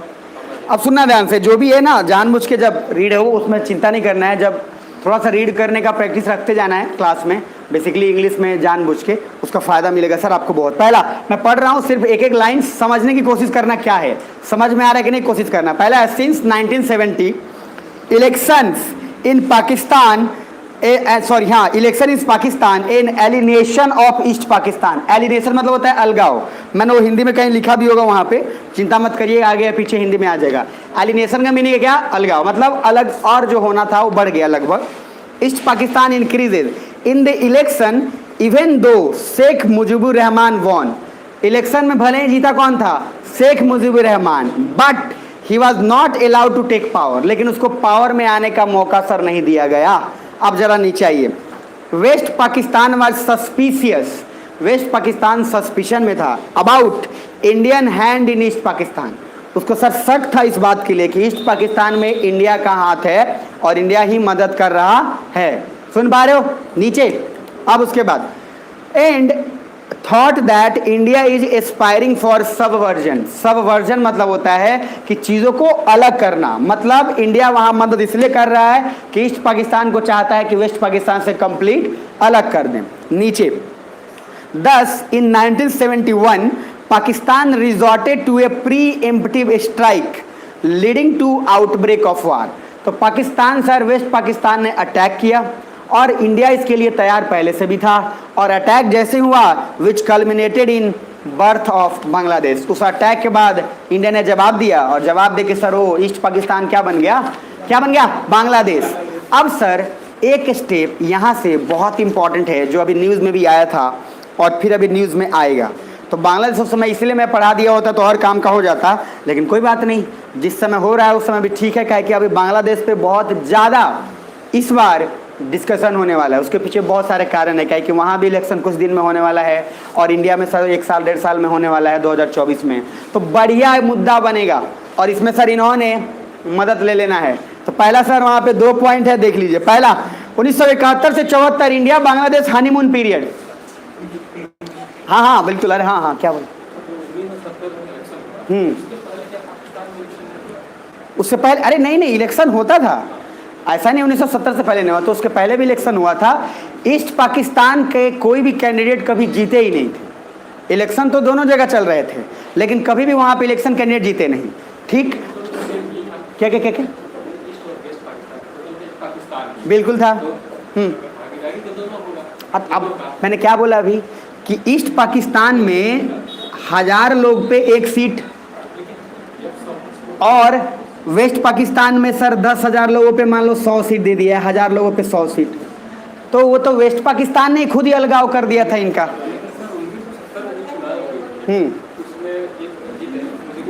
हाँ, अब आपको फिर देखो समझो उस बात को, यही चीज़ें आप मिस्टेक कर जाते हो। देखो Mujibur Rahman as a player 1970 में सबसे ज़्यादा डोमिनेट किए, जैसे इसलिए आप सुन लो, इधर क्या हो गया कर लो, अब देखने का ध्यान से। सबसे फर्स्ट समझो, मुजीबुर रहमान को अगर सीट ज़्यादा नहीं मिलता तो भुट्टो को किस बात का इनसिक्योरिटी होता? उनको तो इनसिक्योरिटी इसी बात का था क्योंकि पॉपुलैरिटी और सीट ज़्यादा मिल रहा था किसको, शेख मुजीबुर रहमान को। तो सर आप इस बात पे मत जाओ कि कितना उसको वोट मिला, कितना इलेक्शन मिला, इस बात पे जाओ कि डोमिनेट कर रहे थे शेख मुजीबुर रहमान भुट्टो से, और उसके पहले जितने भी सीट्स थे उस सीट्स पे कहने के लिए जो आपके मुजीबुर रहमान है वो वेस्ट पाकिस्तान में, उनके भी तो ऐसा थोड़ी है कि ईस्ट पाकिस्तान वाले का कोई दोस्त नहीं था वेस्ट पाकिस्तान में, वो तो एज ए पूरा कंट्री था। लेकिन सर इनके समर्थक, पार्टी का नाम है अवामी लीग, तो इनके पार्टी से ज़्यादा कैंडिडेट जीत जा रहे हैं, उनके पार्टी से कम कैंडिडेट जीत रहे हैं। तो ये हो कैसे गया, ये कन्फ्यूज़न में हमेशा वेस्ट पाकिस्तान को रहेगा। और इसके वजह से सर 2 चीज़ें लाई गई। पहला कि किसी तरीके से मुजीबुर रहमान को सर क्या किया जाए, बंद किया जाए, दबाया जाए, क्योंकि ये ऐसा निकल रहा है जो ईस्ट पाकिस्तान से है और सर डोमिनेट करने का कोशिश कर रहा है किस पे, वेस्ट पाकिस्तान पे। बराबर नहीं किए गए थे रिप्रेजेंटेटिव्स। यहाँ पे 2 चीज़ होंगी थी, सीट भले ही कम था, मैंने क्या बोला, वेस्ट पाकिस्तान के भी कुछ लोग थे जो पार्टी से जुड़े थे। आप ऐसे सीट पे क्यों सोच रहे हो कि इसका सीट क्या था? मान लो अवामी लीग है, अब अवामी लीग है तो एक पार्टी है, जैसे बीजेपी पार्टी है, तो बीजेपी पार्टी में हो सकता है दुश्मन भी जुड़े हुए हों, गुंडे भी हैं, लेकिन ये जरूरी थोड़ी है कि बीजेपी पार्टी के खिलाफ बोला गया है कि बीजेपी पार्टी का तीनों को लड़ेगा। पार्टी में तो सीट अलग लड़ सकता है। अब वो वेस्ट पाकिस्तान से, आप समझने की पहले कोशिश करो, आप क्वेश्चन मत पूछो, समझो पहले क्या बोल रहा हूँ। पार्टी के बिहार पे मत सोचो। बीजेपी के पार्टी से 3 लोग ऐसे लड़ रहे हैं जो मान लो एक 3 लोग ऐसे हैं जो सर राजस्थान के, 4 लोग मान लो कहीं और के, गुजरात के, तो बीजेपी पार्टी से लड़ रहे हैं। बीजेपी के लिए कोई सीट लिमिटेड थोड़ी है कि अवामी लीग इतना ही सीट पर लड़ेगा, ऐसा तो नहीं है।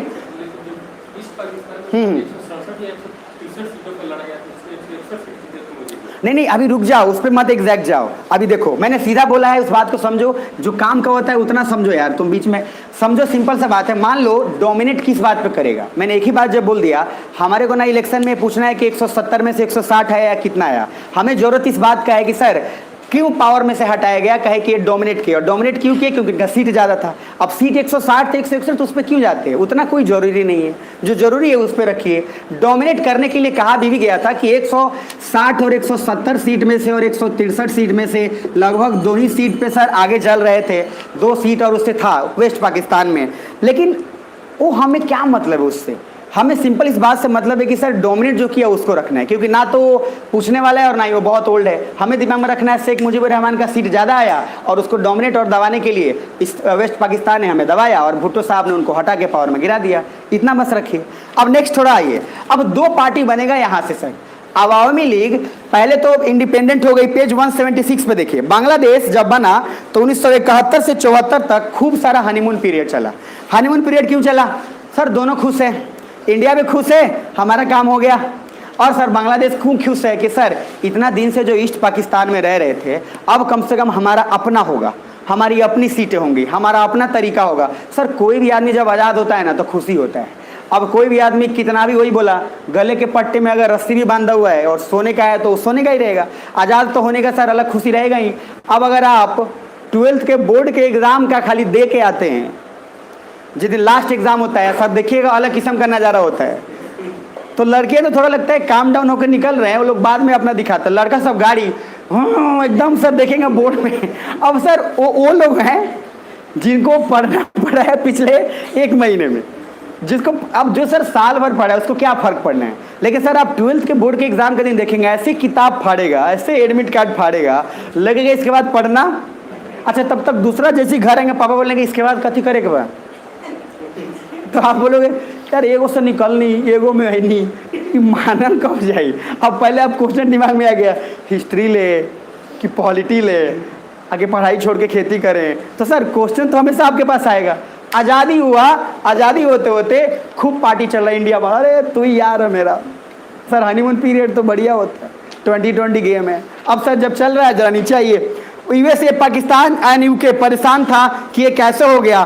सो तब पाकिस्तान ने सोचा कि बांग्लादेश को परेशान किया जाए। अब सर पाकिस्तान का फितरत ही यही है, पाकिस्तान सर जन्म ही लिया है दूसरे को परेशान करने के लिए।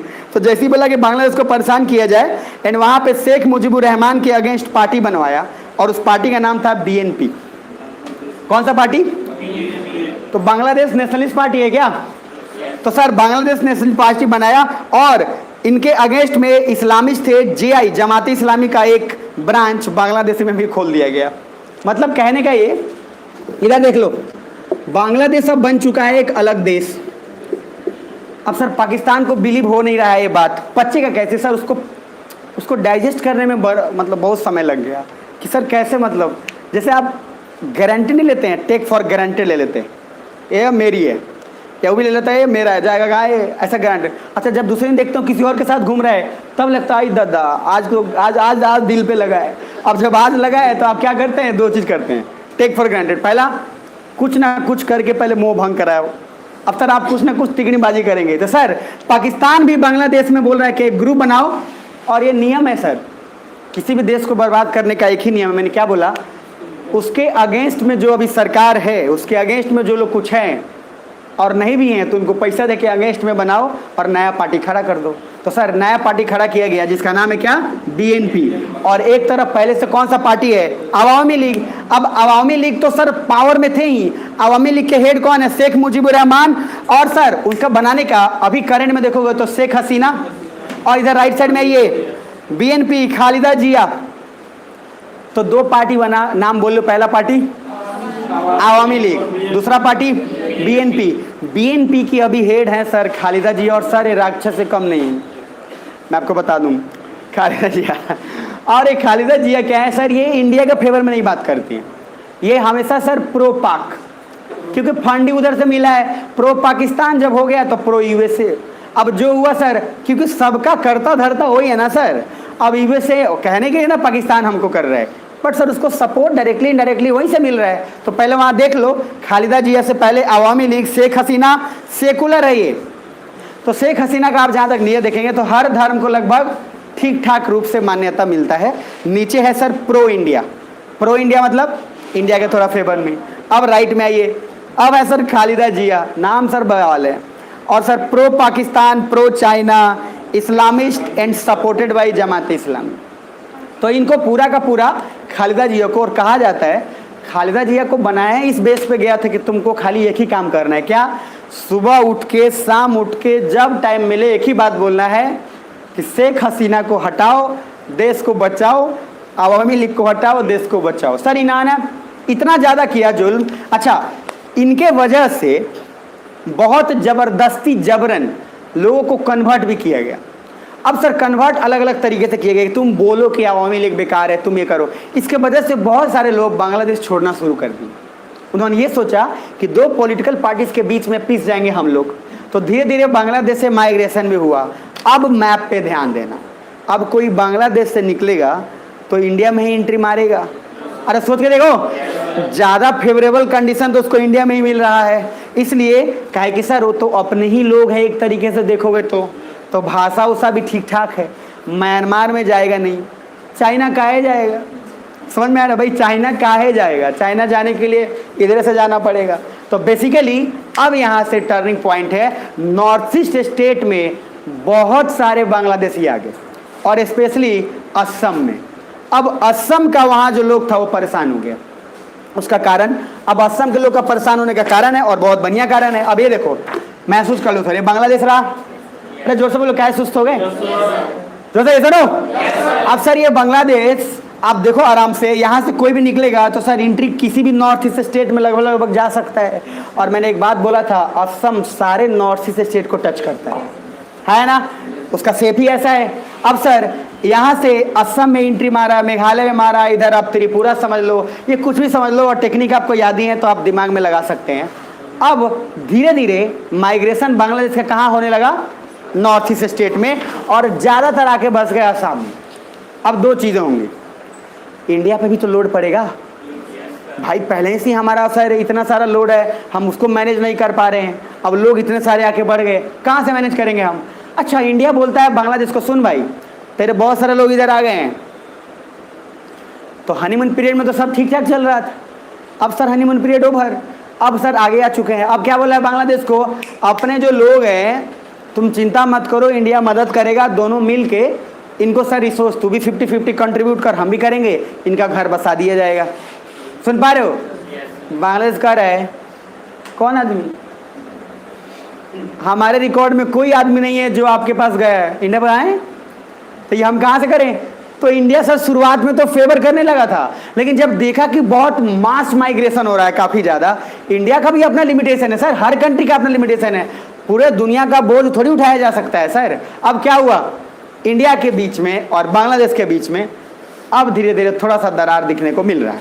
लेकिन सर अब दो बातें हुई, जैसे बांग्लादेश को पूछा जाता था कि यार 50% नहीं, तुम 40% तो कंट्रीब्यूट करो, 60% इंडिया कंट्रीब्यूट करेगा, घर बसा दिया जाएगा। लेकिन सर नहीं कंट्रीब्यूट किया तो इंडिया ने कहा एक काम करो, टेंट लगाओ। टेंट समझते हैं ना सर, समियाना। अब सर समियाना लगा क्या, बसाव इनको, जैसे कोरोना में हो रहा था, याद है? बाहर से जोड़ना था तो कहता है भाई ये सरकारी स्कूल में जाकर रहो, इन्हें ना आधा समझ में। बेचारा वो भी सोच रहा था, अरे एक छुट्टी लिया था वो 1 महीने का मान लो तो जब आया तो 15 दिन यहाँ क्वारंटीन कर दिया। अब बोला इधर का फिर छुट्टी है, वहाँ पे टाइम पे पहुँचना था, वहाँ पे गया तो जाने से पहले 15 दिन वहाँ क्वारंटीन हो गया, 1 महीने का छुट्टी क्या हो गया, समाप्त हो गया। तो ऐसा छुट्टी में सर और क्या मजा, 1 महीने का लेके आया था, 15 दिन घर से बाहर, और फिर वहाँ गया तो 15 दिन डिपार्टमेंट से बाहर, बाद में एंट्री हो गया। तो उसको समझ में आया गैला से गैले अच्छा, ना जाती हुए अच्छा। तो सर सेव यहाँ पे रख दिया गया, लेकिन कुछ प्रॉब्लम शुरू हो जाएगा। देखो जो भी रहते हैं बाहर टेंट में, तो जब उनको कोई देखता था ना बाहर से बाइक पे जाते हुए टेंट में बैठे हुए, तो भले सर उसने पाप तो कुछ किया नहीं था, अच्छा उसको हुआ भी कुछ नहीं है, लेकिन मन में आता था कि भाई इन लोग से दूर रहना है, चेहरा बढ़िया से देख लो, आपको सर ये हो गया काम। आप सोच के देखो, कोई आदमी जो टेंट में रह रहा है सालों से और उसको डेली आदमी देख रहा है, तो कम से कम अगर वो कुछ भी लेने आपके पास आएगा तो आप थोड़ा इनसिक्योर तो हो जाओगे। अरे है ना कि सर ये कौन है, नहीं है, क्या कि खुद टेंट में रख रहे, इसका कोई बसेरा नहीं है, तो दिक्कत तो होगा ना। तो अब ना तो इनको लोकल लोग इज्जत दे रहे हैं, ना ही बांग्लादेश कंट्री उनको पूछ रही है। अब आपको क्या लगता है, ये वही लोग हैं जो टेररिज्म के शिकार और टेररिज्म बनने के कगार पे, क्योंकि सर अपना देश ने दिया नहीं वैल्यू, हम जितना वैल्यू दे रहे हैं उस वैल्यू से इनका काम नहीं चल रहा। अब सर यहाँ से आगे से क्यों इतना ज़्यादा नॉर्थ ईस्ट स्टेट में डिमांड बढ़ गया कि सर असम को अलग कर दो, ये कर दो, वो कर दो। सर समझ गया कि इंडिया हमारी मदद नहीं कर रहा है, लेकिन उस बेवकूफ़ को ये पता नहीं है कि उनका देश उनका मदद नहीं कर रहा है। और यहाँ से सर आपको आतंकवाद का पनपना शुरू दिखेगा। अब इंडिया एक बात समझा, बांग्लादेश बना तो दिए हैं, लेकिन एक फर्क है, एक प्रॉब्लम है। देखो जरा, बांग्लादेश ऐसे जगह पे है जहाँ पे सर मैंने क्या बोला, दोनों तरफ क्या है, रिवर, इधर भी, इधर ऊपर इंडिया का हो गया, मतलब बांग्लादेश क्या है, सुरक्षित। अरे है ना, अगर किसी भी देश में अगर सब कुछ सुरक्षित है तो सर पुलिस और आर्मी को ज़्यादा काम वहाँ नहीं है। मतलब आर्मी को कोई काम नहीं है। अगर आर्मी को काम अगर नहीं मिला तो आर्मी क्या करेगी सर? राजनीति में हस्तक्षेप करेगी।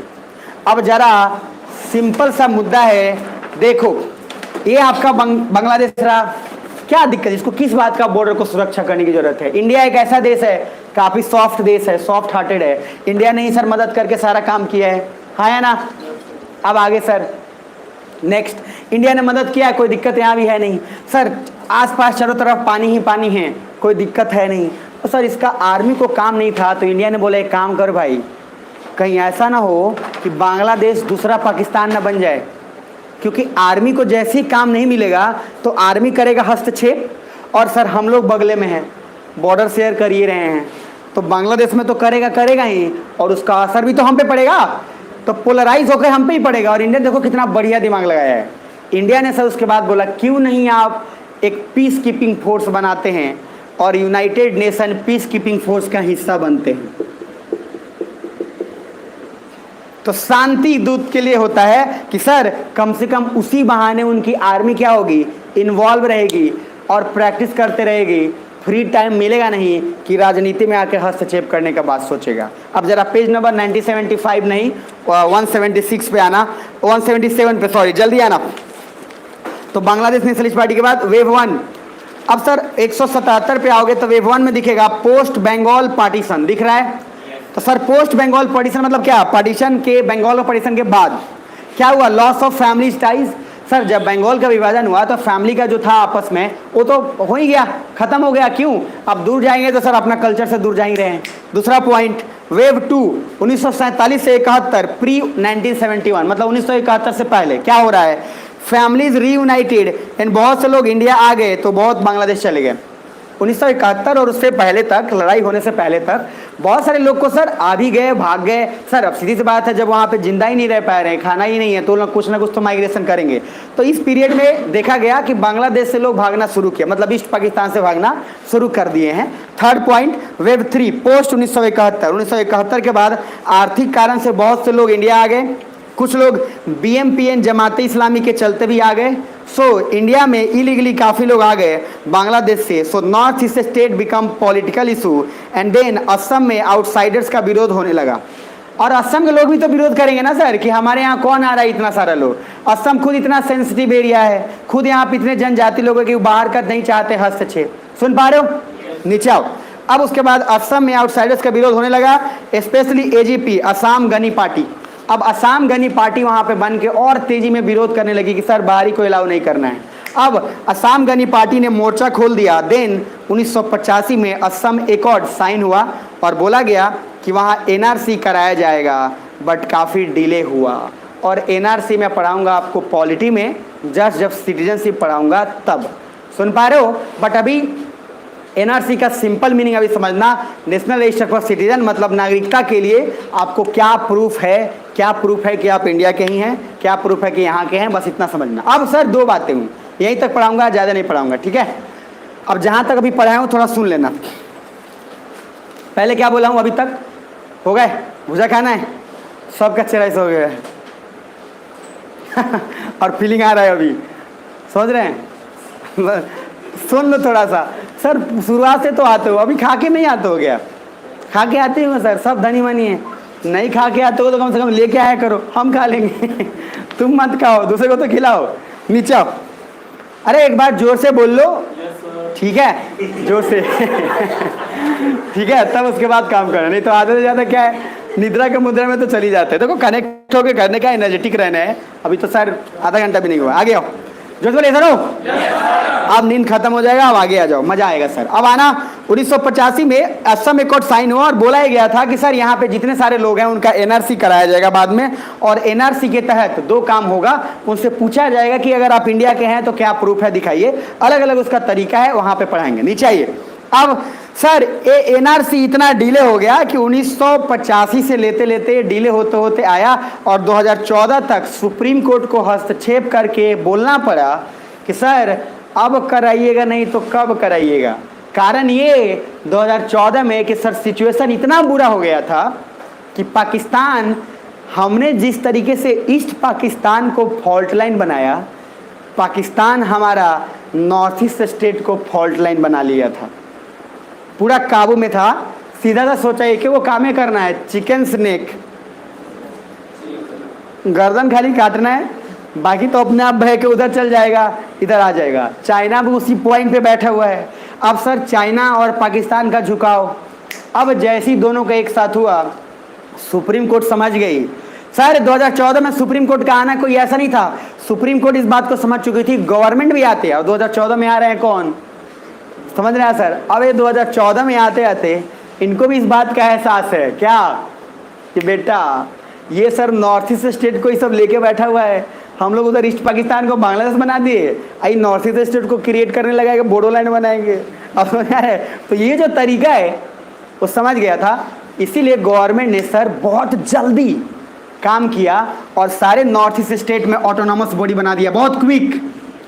बोलेगा सुनिए सुनिए सुनिए, पैसा लीजिए, अपने हिसाब से काम करिए, हम कोई हस्तक्षेप नहीं करेंगे। काहे कि सर आप ट्राइबल हैं, जनजाति है, आप बाहर का हस्तक्षेप ऐसे भी नहीं चाहते हैं, आपको पैसा चाहिए, आपको एजुकेशन चाहिए, यूनिवर्सिटी चाहिए, हम दे रहे हैं, आप बनाते जाइए।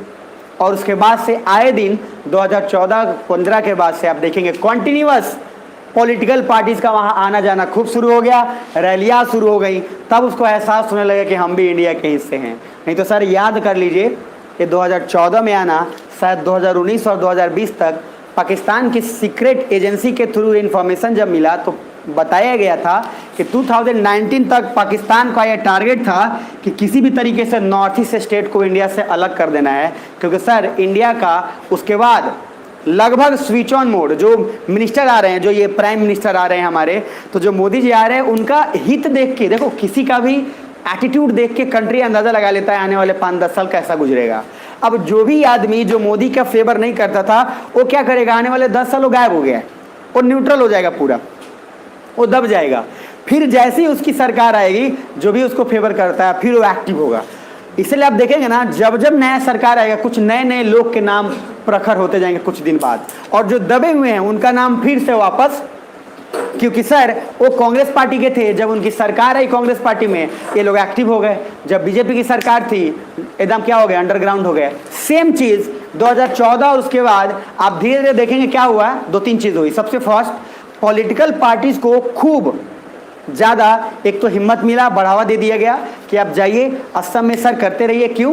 क्योंकि इंटरनल एजेंसी ये कहती है कि पाकिस्तान का टारगेट था कि 2019 तक इंडिया का जो आपका नॉर्थ ईस्ट स्टेट है उसको अलग हिस्सा किया जाएगा, और चाइना इसमें ऑफिशियली शामिल भी है। बस हमें सब कुछ क्यों पता चलेगा, नहीं पता चलेगा, गवर्नमेंट को पता चला। गवर्नमेंट ने 2015 के बाद पूरा नॉर्थ ईस्ट स्टेट में फैला दिया सर, सारे के सारे सिक्योरिटी अलर्ट, सारी की सारी चीज़ें ऑन हाई अलर्ट रिस्क पे रख दिया गया, पूरा सिक्योरिटी दिया गया, जो जो लोग मांग रहे थे सब कुछ प्रोवाइड किया गया। सीधी सी बात है, जब आपकी आर्थिक स्थिति अच्छी हो जाए ना तो सर आपको कोई ज़रूरत ही नहीं है, अगर हाथ में जॉब हो तो सीधे सी बात है आर्थिक स्थिति ठीक हो ही जाएगी आपकी धीरे धीरे। अब सर वो लोग क्या है, जो भाई आपस में दो लड़ रहे थे, मैं क्या बोला, भाई को या फैमिली को यूनाइट करने का, चलने का एक ही तरीका है, आप भी कमाओ, भाई भी कमाए, और अगर नहीं कमा रहा है भाई तो आप इतना कमाओ कि एटलीस्ट आप उसको इतना दे सको कि उसका परिवार ठीक से चल जाए। अब मैंने बोला आपको, जैसे अमीर है मान लीजिए मुकेश अंबानी, तो जब चाहे अपने फैमिली को इकट्ठा एक गांठ में रख सकते हैं। लेकिन सर लड़ाई और विभाजन होने का सबसे पहला कारण ही आर्थिक होता है। अब एक भाई सर बना के खिला रहा है, दूसरा भाई कुछ नहीं कर रहा, तो समझिए दिक्कत होगा। और एक भाई के पास बहुत ज़्यादा है तो दिक्कत नहीं होगा, फिर भी फैमिली एक साथ चल जाएगी। सुन पा रहे हैं? तो सर दो बातों का ध्यान रखना है, और चाणक्य पहले ही बोल के गए हैं कि जब तक इकोनॉमिक स्थिति ठीक नहीं होगा तब तक घर में खुशहाली आने के चांस दूर दूर तक नहीं है। तो पहले इकोनॉमी पे फोकस करिए, आर्थिक स्थिति को ठीक करिए, और आर्थिक स्थिति को ठीक करने के लिए नॉलेज आपको चाहिए ही चाहिए। क्योंकि सर आप कितना भी काम कर लो 24 घंटे उससे ठीक नहीं होना है। नॉलेज जब लोगे ऑटोमेटिक आपकी औकात बढ़ेगी और आर्थिक स्थिति ठीक होगी। तो बेसिकली सब चीज़ का इंटरकनेक्शन है और उसमें एम्प्लॉयमेंट भी है। अब सर आर्थिक स्थिति ठीक करना पड़ेगा तो काम तो करना ही पड़ेगा, चाहे बिजनेस करिए चाहे जॉब करिए। सुन पा रहे हो? अब सर थोड़ा नीचे आओ और समझो। पहले असम अकॉर्ड साइन होने के बाद नीचे आ जाइए, जिसमें 2000 एनआरसी कराया जाएगा 2014 में, एंड काफ़ी डिले हो गया। 2014 में सुप्रीम कोर्ट ने स्ट्रिक्टली ऑर्डर देकर कराया इसे, और 2018-19 में रिपोर्ट आया जिसमें काफ़ी इलीगल माइग्रेंट को आइडेंटिफाई किया गया। और कहा जाता है लगभग 13 लाख, मैं डेटा आपको पॉलिटी में पढ़ाऊंगा, लगभग 13 लाख लोग ऐसे थे जिनके पास कोई प्रूफ नहीं था कि वो इंडियन है। 13 लाख मैटर करता है सर। वो ऐसे जगह रह रहे हैं जहाँ पे उनके पास कोई प्रूफ नहीं है और आइडेंटिटी प्रूफ करने के लिए कुछ था ही नहीं कि वो इंडियन नागरिक है। तो बेसिकली क्या है सर, इलीगल माइग्रेंट है। जरा नीचे आइए। और बांग्लादेश ने कहा कि उसके पास कोई डेटा नहीं है इन लोगों का। बांग्लादेश ने सीधा बोल दिया हमारे पास कोई डेटा। अब सर देखो ये इंडिया के लिए सरदर्द बन गया। और जैसे ही बोला कोई डेटा नहीं है, आगे देखिए इन लोगों को क्या किया गया। देन इंडिया ने इन सबको डिटेंशन कैंप में रख दिया है। बट ये इंडिया है सॉरी बट इंडिया के लिए काफ़ी प्रॉब्लम है, इसको फ़ायदा पड़ोसी देश हमारे उठा सकते हैं। अब इसका फ़ायदा हमारे पड़ोसी देश उठा सकते हैं। पड़ोसी देश क्या बोला हूँ, पड़ोसी देश मतलब कौन, चाइना, पाकिस्तान, सर वो सारे आ गए जो हमारे विरोधी हैं। क्या करेगा, कुछ नहीं। उन डिटेंशन कैंप में आप सोचो ना, जिस आदमी के पास 100 रुपया नहीं है, अगर उस आदमी को आप 1000 दे दोगे तो कुछ भी ना कर देगा सर। अरे है ना। अब सर जिसके पास 100 नहीं है उसको 1000 दे दो आप, अरे जो बोलो उसको मार के आएगा वो, दिक्कत क्या है उसमें। अब वो लोग जहाँ पे यहाँ पे हैं डिटेंशन कैंप में है, इनका अपना बेसिक कुछ सिस्टम ही नहीं चल रहा, बेसिक वैल्यू नहीं है। और अगर बेसिक वैल्यू, बेसिक जो नीड है वो पूरा नहीं हो पा रहा है, और उनको सर कोई कंट्री आके बोले ये लीजिए 1000 का पत्ता, मुंह में दे के जाए, समझ रहे स्टाइल से, और बोले कुछ नहीं करना है, बस जाके इनको खाली लपेटे में लीजिए। अब सर ये जो इसको मिला है लपेटे में कोई भी कर सकता है, जिसके पास नहीं है और उसको इतना मिले तो उसका दिमाग कभी भी घूम सकता है। और सर इंडिया इसलिए समझ चुका था कि ये दोनों को सॉल्व करना पड़ेगा, और दोनों को सॉल्व करने के लिए बांग्लादेश से बात करी। बांग्लादेश ने तो सर अलाउ नहीं किया। बाद में इंडिया ने एक ही बात बोला, देखिए अगर आप अलाउ नहीं करेंगे तो कोई बात नहीं, अब हमारे पास एक ही रास्ता बचा है कि लोग जहाँ भी हैं उनको सर डिटेंशन कैंप को पूरी तरीके से एक बाउंड्री की तरफ प्रोटेक्ट कर दिया जाएगा, ये कहीं जा नहीं पाएंगे। क्यों? क्योंकि सर क्या पता असम से भागे और फिर चले गए मान लो यूपी में, या बांग्लादेश में नहीं बल्कि बंगाल में, फिर चले गए उड़ीसा में, सर कहीं भी जा सकते हैं। तो बोला गया, मैं आप पढ़ाऊंगा आपको पॉलिटी में, कि एक काम करो इनका रिकॉर्ड पहले ही बना के रख लो, क्योंकि सर फिर दूसरे जगह जाएंगे, फिर दूसरे जगह प्रॉब्लम क्रिएट होगा। तो यहाँ से तो अलग हो ही गए हैं, क्योंकि यहाँ पे नागरिकता प्रूव नहीं कर पाए वो लोग, और जब यहाँ नहीं प्रूव कर पाए तो यूपी में जाकर क्या घंटा प्रूव कर पाएंगे, तो फिर दूसरे भी राज्य में जाकर प्रॉब्लम क्रिएट करेंगे। उससे पहले यहीं पे पहचान लो, वहाँ जाओगे कुछ नहीं करना है, आधार कार्ड स्कैन। अब सर आधार कार्ड बना तो बनेगा नहीं बनेगा, लिस्ट में डिटेल तो है, अब लिस्ट में डिटेल है, जैसे फाइंड आउट किए गए तो हुए है, वहाँ पे दाढ़ी बढ़ा लिया था, यहाँ दाढ़ी कटवा के आ गया है, तो सर यहाँ पे तो वही चीज़ होगा ना सर। तो इंडिया का मसला सॉल्व वही नहीं हुआ। इंडिया ने सोचा 2 तरीका, सुन लो यहीं तक रखेंगे आज, ठीक है, बाकी कल पढ़ाएंगे। तो इंडिया ने क्या किया, 2 चीज़ किया। बोला क्या सर कि आप एक काम करो, हम इनको सर बाउंड्री यहाँ डिसाइड कर देते हैं, जब तक बांग्लादेश सपोर्ट नहीं करेगा हमारे पास इतना फंड नहीं है, हमको जितना है हम क्या करेंगे। इंटरव्यू में यही क्वेश्चन पूछा गया था नवनीत सेकरा से, तो उनसे पूछा गया तो क्या बोला गया, बहुत पहले का मुद्दा है, अब बोला गया ये बाद में जबकि फ्यूचरिस्टिक था, ध्यान से रखना। अब बोला गया कि सर एक बात बताओ, अगर सिंपल सी बात है कि अगर इनको रख लिया गया है, डेटा हमारे पास है, बांग्लादेश सपोर्ट नहीं कर रहा है, आप क्या कर सकते हो? आपको क्या लगता है इंडिया का स्टैंड सही है कि गलत है, कि इंडिया उनको कुछ नहीं दे रहा है? तो सर उसमें आपको यही नॉर्मल बोलना था कि इंडिया का जो पास्ट है वो इंडिया का पास्ट सर ऐसा रहा है कि दुश्मन को भी पानी पिलाने वाला। तो सर हमारा फर्ज इतना बनता है कि कम से कम उनके लिए टेम्पररी कोई वैसा काम जो बेसिक लैंड और लेबर और उनका जो पूरा करता हो, आप उनका एक कार्ड बना के उनको दे दीजिए, ताकि कम से कम बेसिक काम करके अपनी भरपाई कर पाए। लेकिन सर एक बहुत बड़ा प्रॉब्लम क्रिएट हो गया इससे। क्या? ये लोग वो थे जिनके पास 1 रुपया भी नहीं था। अब मजदूर 200 रुपये में काम करी, लोग कहते थे हम 50 में कर देंगे। भाई इनके लिए 50 रुपये भी तो बहुत बड़ा चीज़ है ना सर। अब जैसे बोल दिए 50 रुपये में काम करेंगे, तो जो खुद ओरिजिनल मजदूर हमारे यहाँ के हैं उनका भी तो गया ना काम। और कंपनी क्या चाहती है? बेनिफिट। तो कंपनी को तो इस बात से मतलब है ही नहीं कि तुम कहाँ गए हो, उसको तो ये सर उसको तो पूछता भी नहीं है, हरामखोर कंपनी हो तो सर उसको पता भी नहीं है। वो तो सिर्फ ये देखेगा कि हमको लेबर अगर 100 रुपये में 4 मिल जा रहा है तो सर 400 रुपये में हम कहाँ दे किसी को। और सर यहाँ से हमारे इंटरनल सिक्योरिटी का सबसे बड़ा मुद्दा स्टार्ट होता है कि आंतरिक सुरक्षा क्या है। इंटरनल सिक्योरिटी पढ़ाऊंगा बाद में। तो सर 2 चीज़ें दिमाग में रखिएगा कि अभी आप देखोगे तो हमारे और बांग्लादेश के बीच में थोड़ा बहुत इलीगल माइग्रेंट को लेकर खटास उत्पन्न हो रहा है। तो जो काम सर चल रहा था किसी भी देश के बनने के बाद तो सर शुरुआत में खुशी तो रहता ही है, अब हनीमून के बाद काम करने का आ गया है। तो सर वापस अभी तक जो पढ़ा है मैं रिपीट कर देता हूँ और बाकी अपन कंटिन्यू करेंगे सोमवार के बाद। पेज नंबर आइए 178 पे आ गए। अरे आइए आइए 178 आ गए आ गए 178 पे चलो तो क्या लिखा हुआ है देख लो।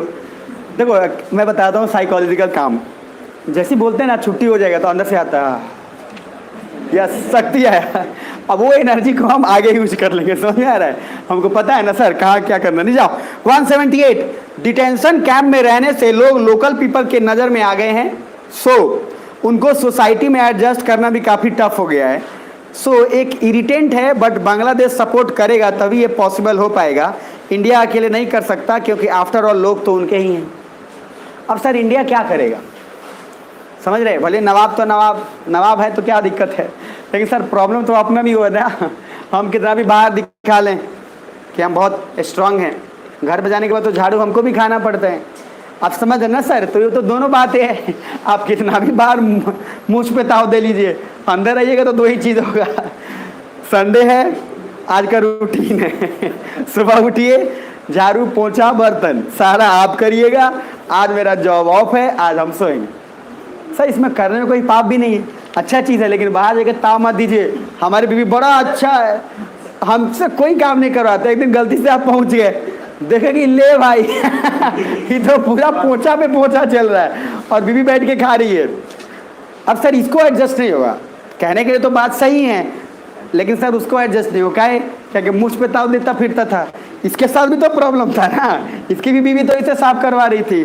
तो सर ये बोल देता था सच, वो बोलता था अरे तुमको गलत बीवी मिल गई है। अब सर बाद में पता चला कि ले जो हाल मेरा है वही हाल तेरा है सनम। समझ में आ रहा है, तो राइट में आइए थोड़ा सा और आगे पढ़ लेंगे। तो राइट का थोड़ा पढ़ेंगे, कौन चलिए आप पढ़ दीजिए, साल नहीं पढ़िए 178।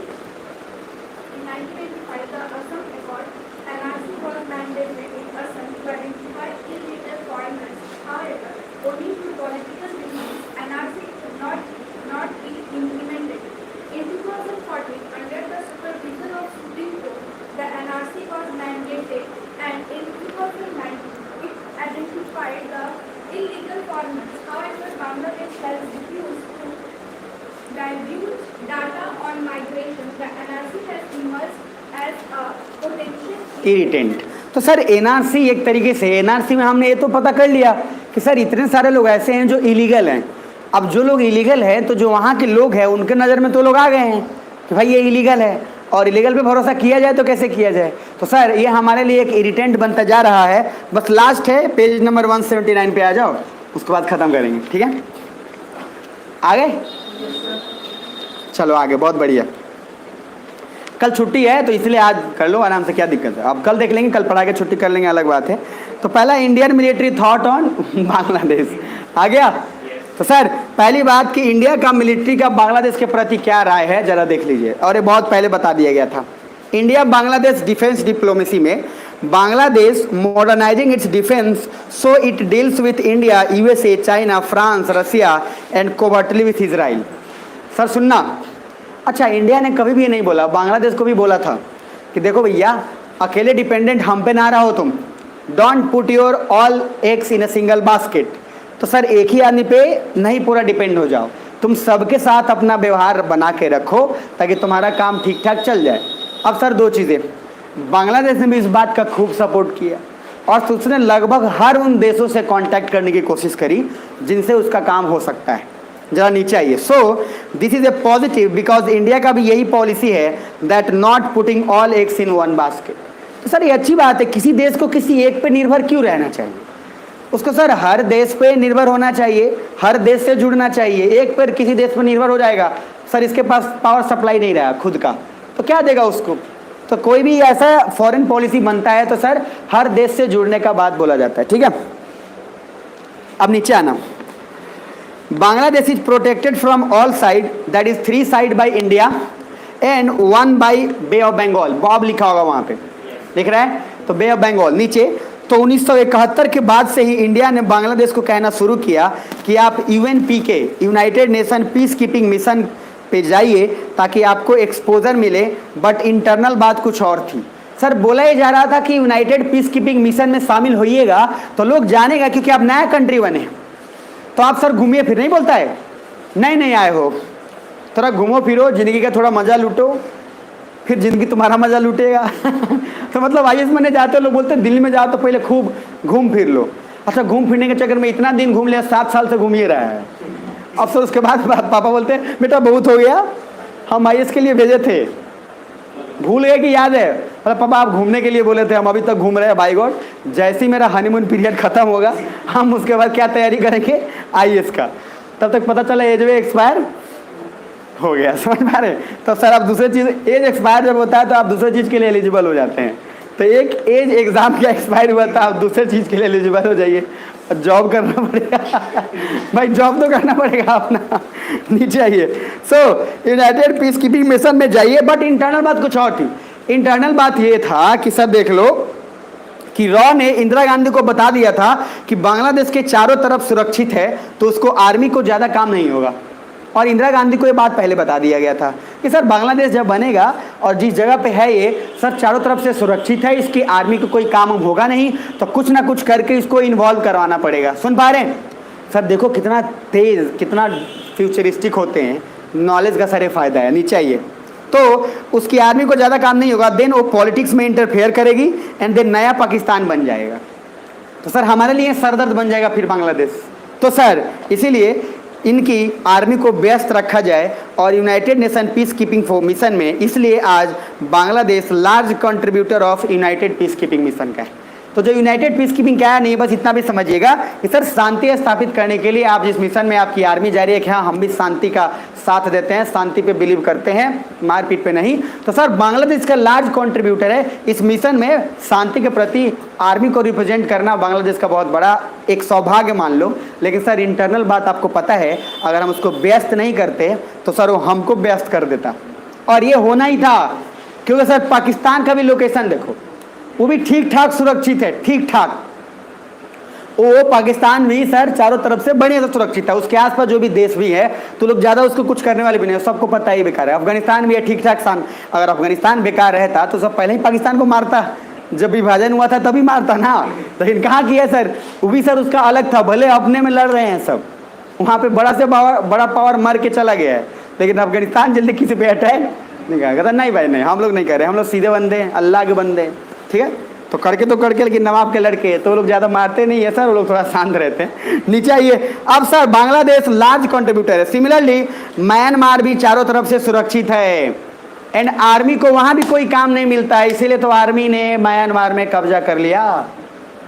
तो इंडिया जानता था इस बात को, और वहाँ पे भी देखो आर्मी एक्टिव है। अब म्यांमार में पढ़ाऊंगा तो म्यांमार में सर फिर आर्मी ने तख्ता पलट कर दिया, यांग सू की कहानी, वो सब कुछ बहुत डिटेल में बताऊंगा, मज़े से बताऊंगा। जिनको बता चुका हूँ तो अलग बात है, वहाँ पे आपको पता चलेगा कि कैसे आर्मी कब्जा। आर्मी कब आपके पास आएगी, जब उसको काम नहीं रहेगा। जब काम नहीं रहेगा तो सर सीधा एक ही मसला बचा, राजनीति में हस्तक्षेप करेगी, और राजनीति में करेगी तो देश का सर चौपट होना ही है। इसीलिए आर्मी को कितना भी पावर दिया जाता है, तो मैंने बोला था आर्मी को एक लिमिटेड अमाउंट तक पॉलिटिक्स से दूर रखा जाएगा, तभी आर्मी अपने जोन में काम कर पाएगी। नहीं तो एक बार आर्मी ने पॉलिटिक्स में एंट्री किया तो तहस नहस होने का सर, पूरे कोई भी देश हो चाहे कितना भी अच्छा हो, रीज़न ही है, नियम ही है। क्योंकि उनकी ट्रेनिंग ऐसी हुई है कि सर वो सिविल लोग नहीं है ना, वो हम उनकी ट्रेनिंग इसने हाई लेवल की है कि सर आपके पास पकड़ के आप 2 उंगली पे घुमाया, आप 360 पे घूम गए। तो सर उनका तो ऑलरेडी ट्रेनिंग अलग हुआ है, और वो लोग जब आके हस्तक्षेप यहाँ करेंगे तो सर वो लोग आराम से घुमा देते हैं। तो इसलिए ज़्यादातर आर्मी और डिफेंस आप देखेंगे तो जल्दी प्राइम मिनिस्टर, चीफ मिनिस्टर उनको बनाने से पहले बहुत चीज़ें उनको करनी पड़ती हैं, बहुत कुछ। अब एक अगर पाकिस्तान के कैप्टन अमरिंदर सिंह अगर बन गए तो सर उसके पहले भी बहुत सारे पापड़ बेलना पड़ता है।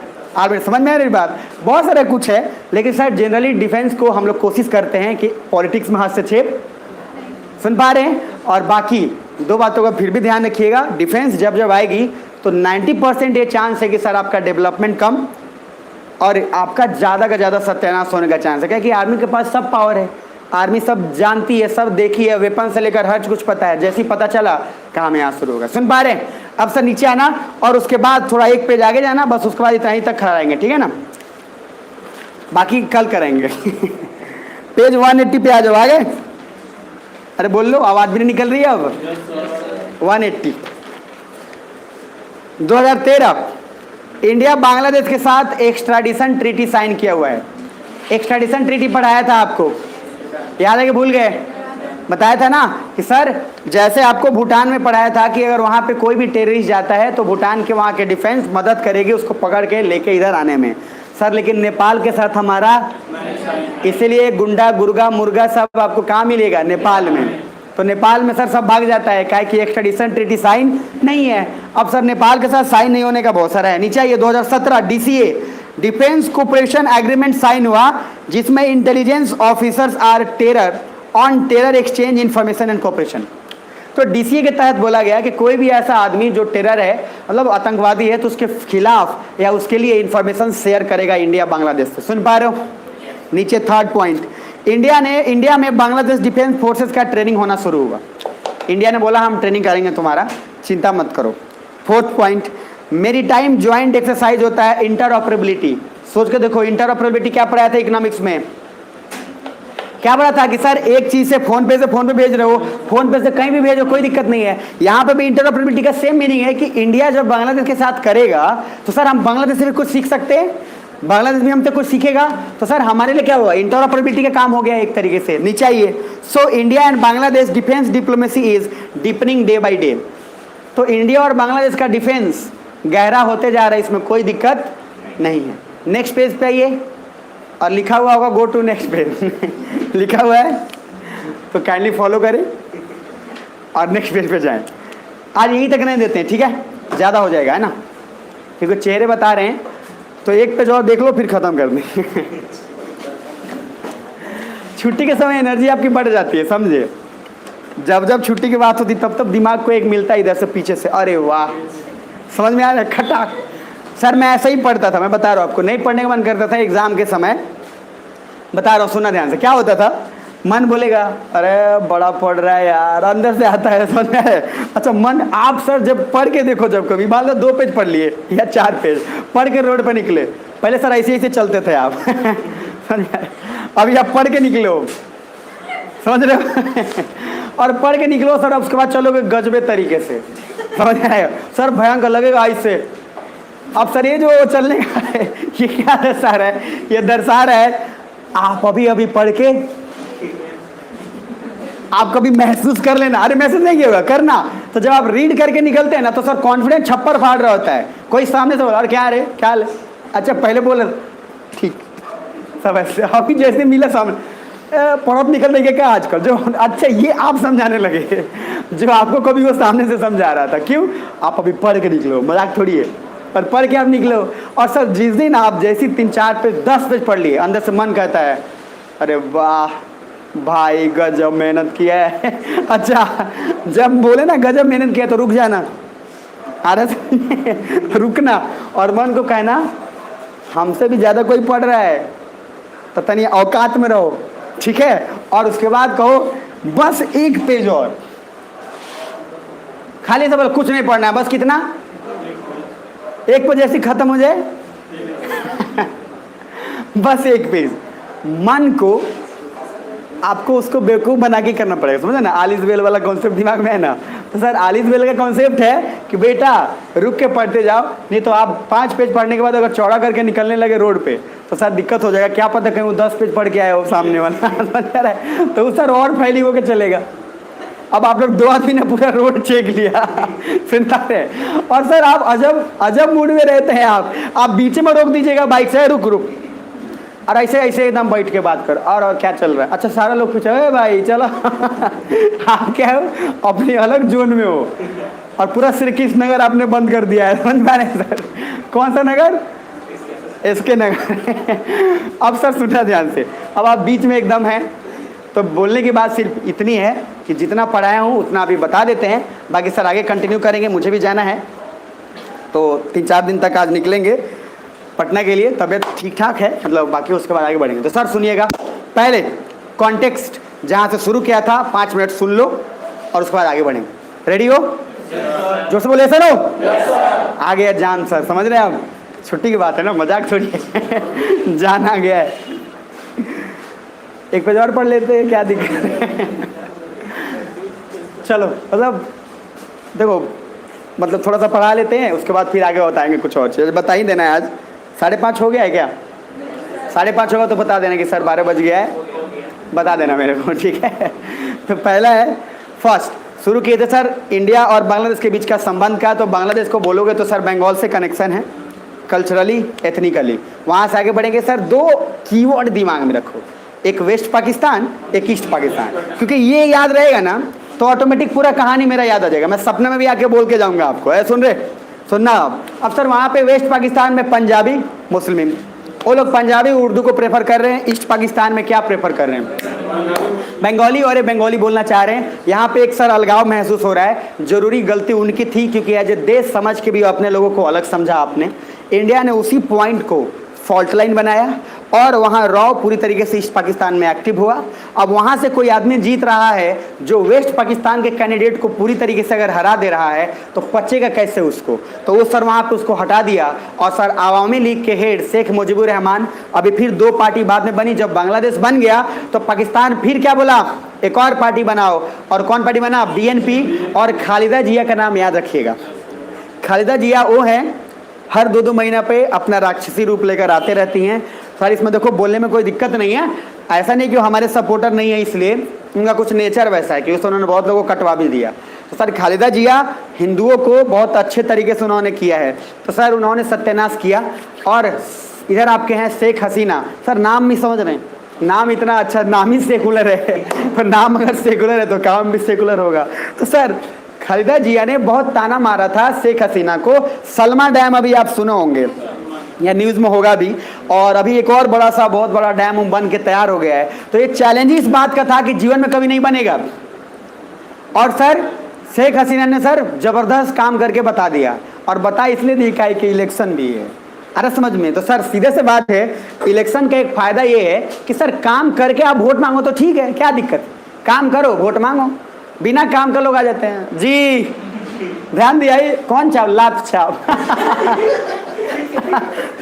और लोग बोलते हैं आवा, अब ये गिरा देता है। नहीं अब ये जो है ये नहीं, मतलब सॉरी टीम से बहुत, लेकिन सर हुआ इसलिए मैंने बोला। कोई बार बार चिढ़ाता तो बाबा हमने को वोट दिया, तो कौन छाप बा? सर लात छाप। तो बोला आओ अब ये गिरा देता है। अब सर वो आदमी उसके बाद दोबारा वोट नहीं आएगा। अब सर 2 नाम, खालिदा जिया एक तरफ, क्या शेख हसीना, ये दोनों नाम आपको दिमाग में रखना है। उसके बाद सर इरिटेंट क्या बनता गया? इरिटेंट ये बनता गया कि इलीगल माइग्रेंट आते चले गए, और हमारे लिए सर नाक में दर्द, सर में दर्द हो गया। हमने बांग्लादेश से मांगा लेकिन बांग्लादेश हेल्प नहीं किया। बांग्लादेश का हेल्प नहीं करना कहीं ना कहीं सर उसकी गलती है। आगे चल के यही कहा जा सकता है कि बांग्लादेश का दिमाग सुधरेगा, और दिमाग सुधर के सर उन लोगों का कुछ ना कुछ उपाय किया जाएगा।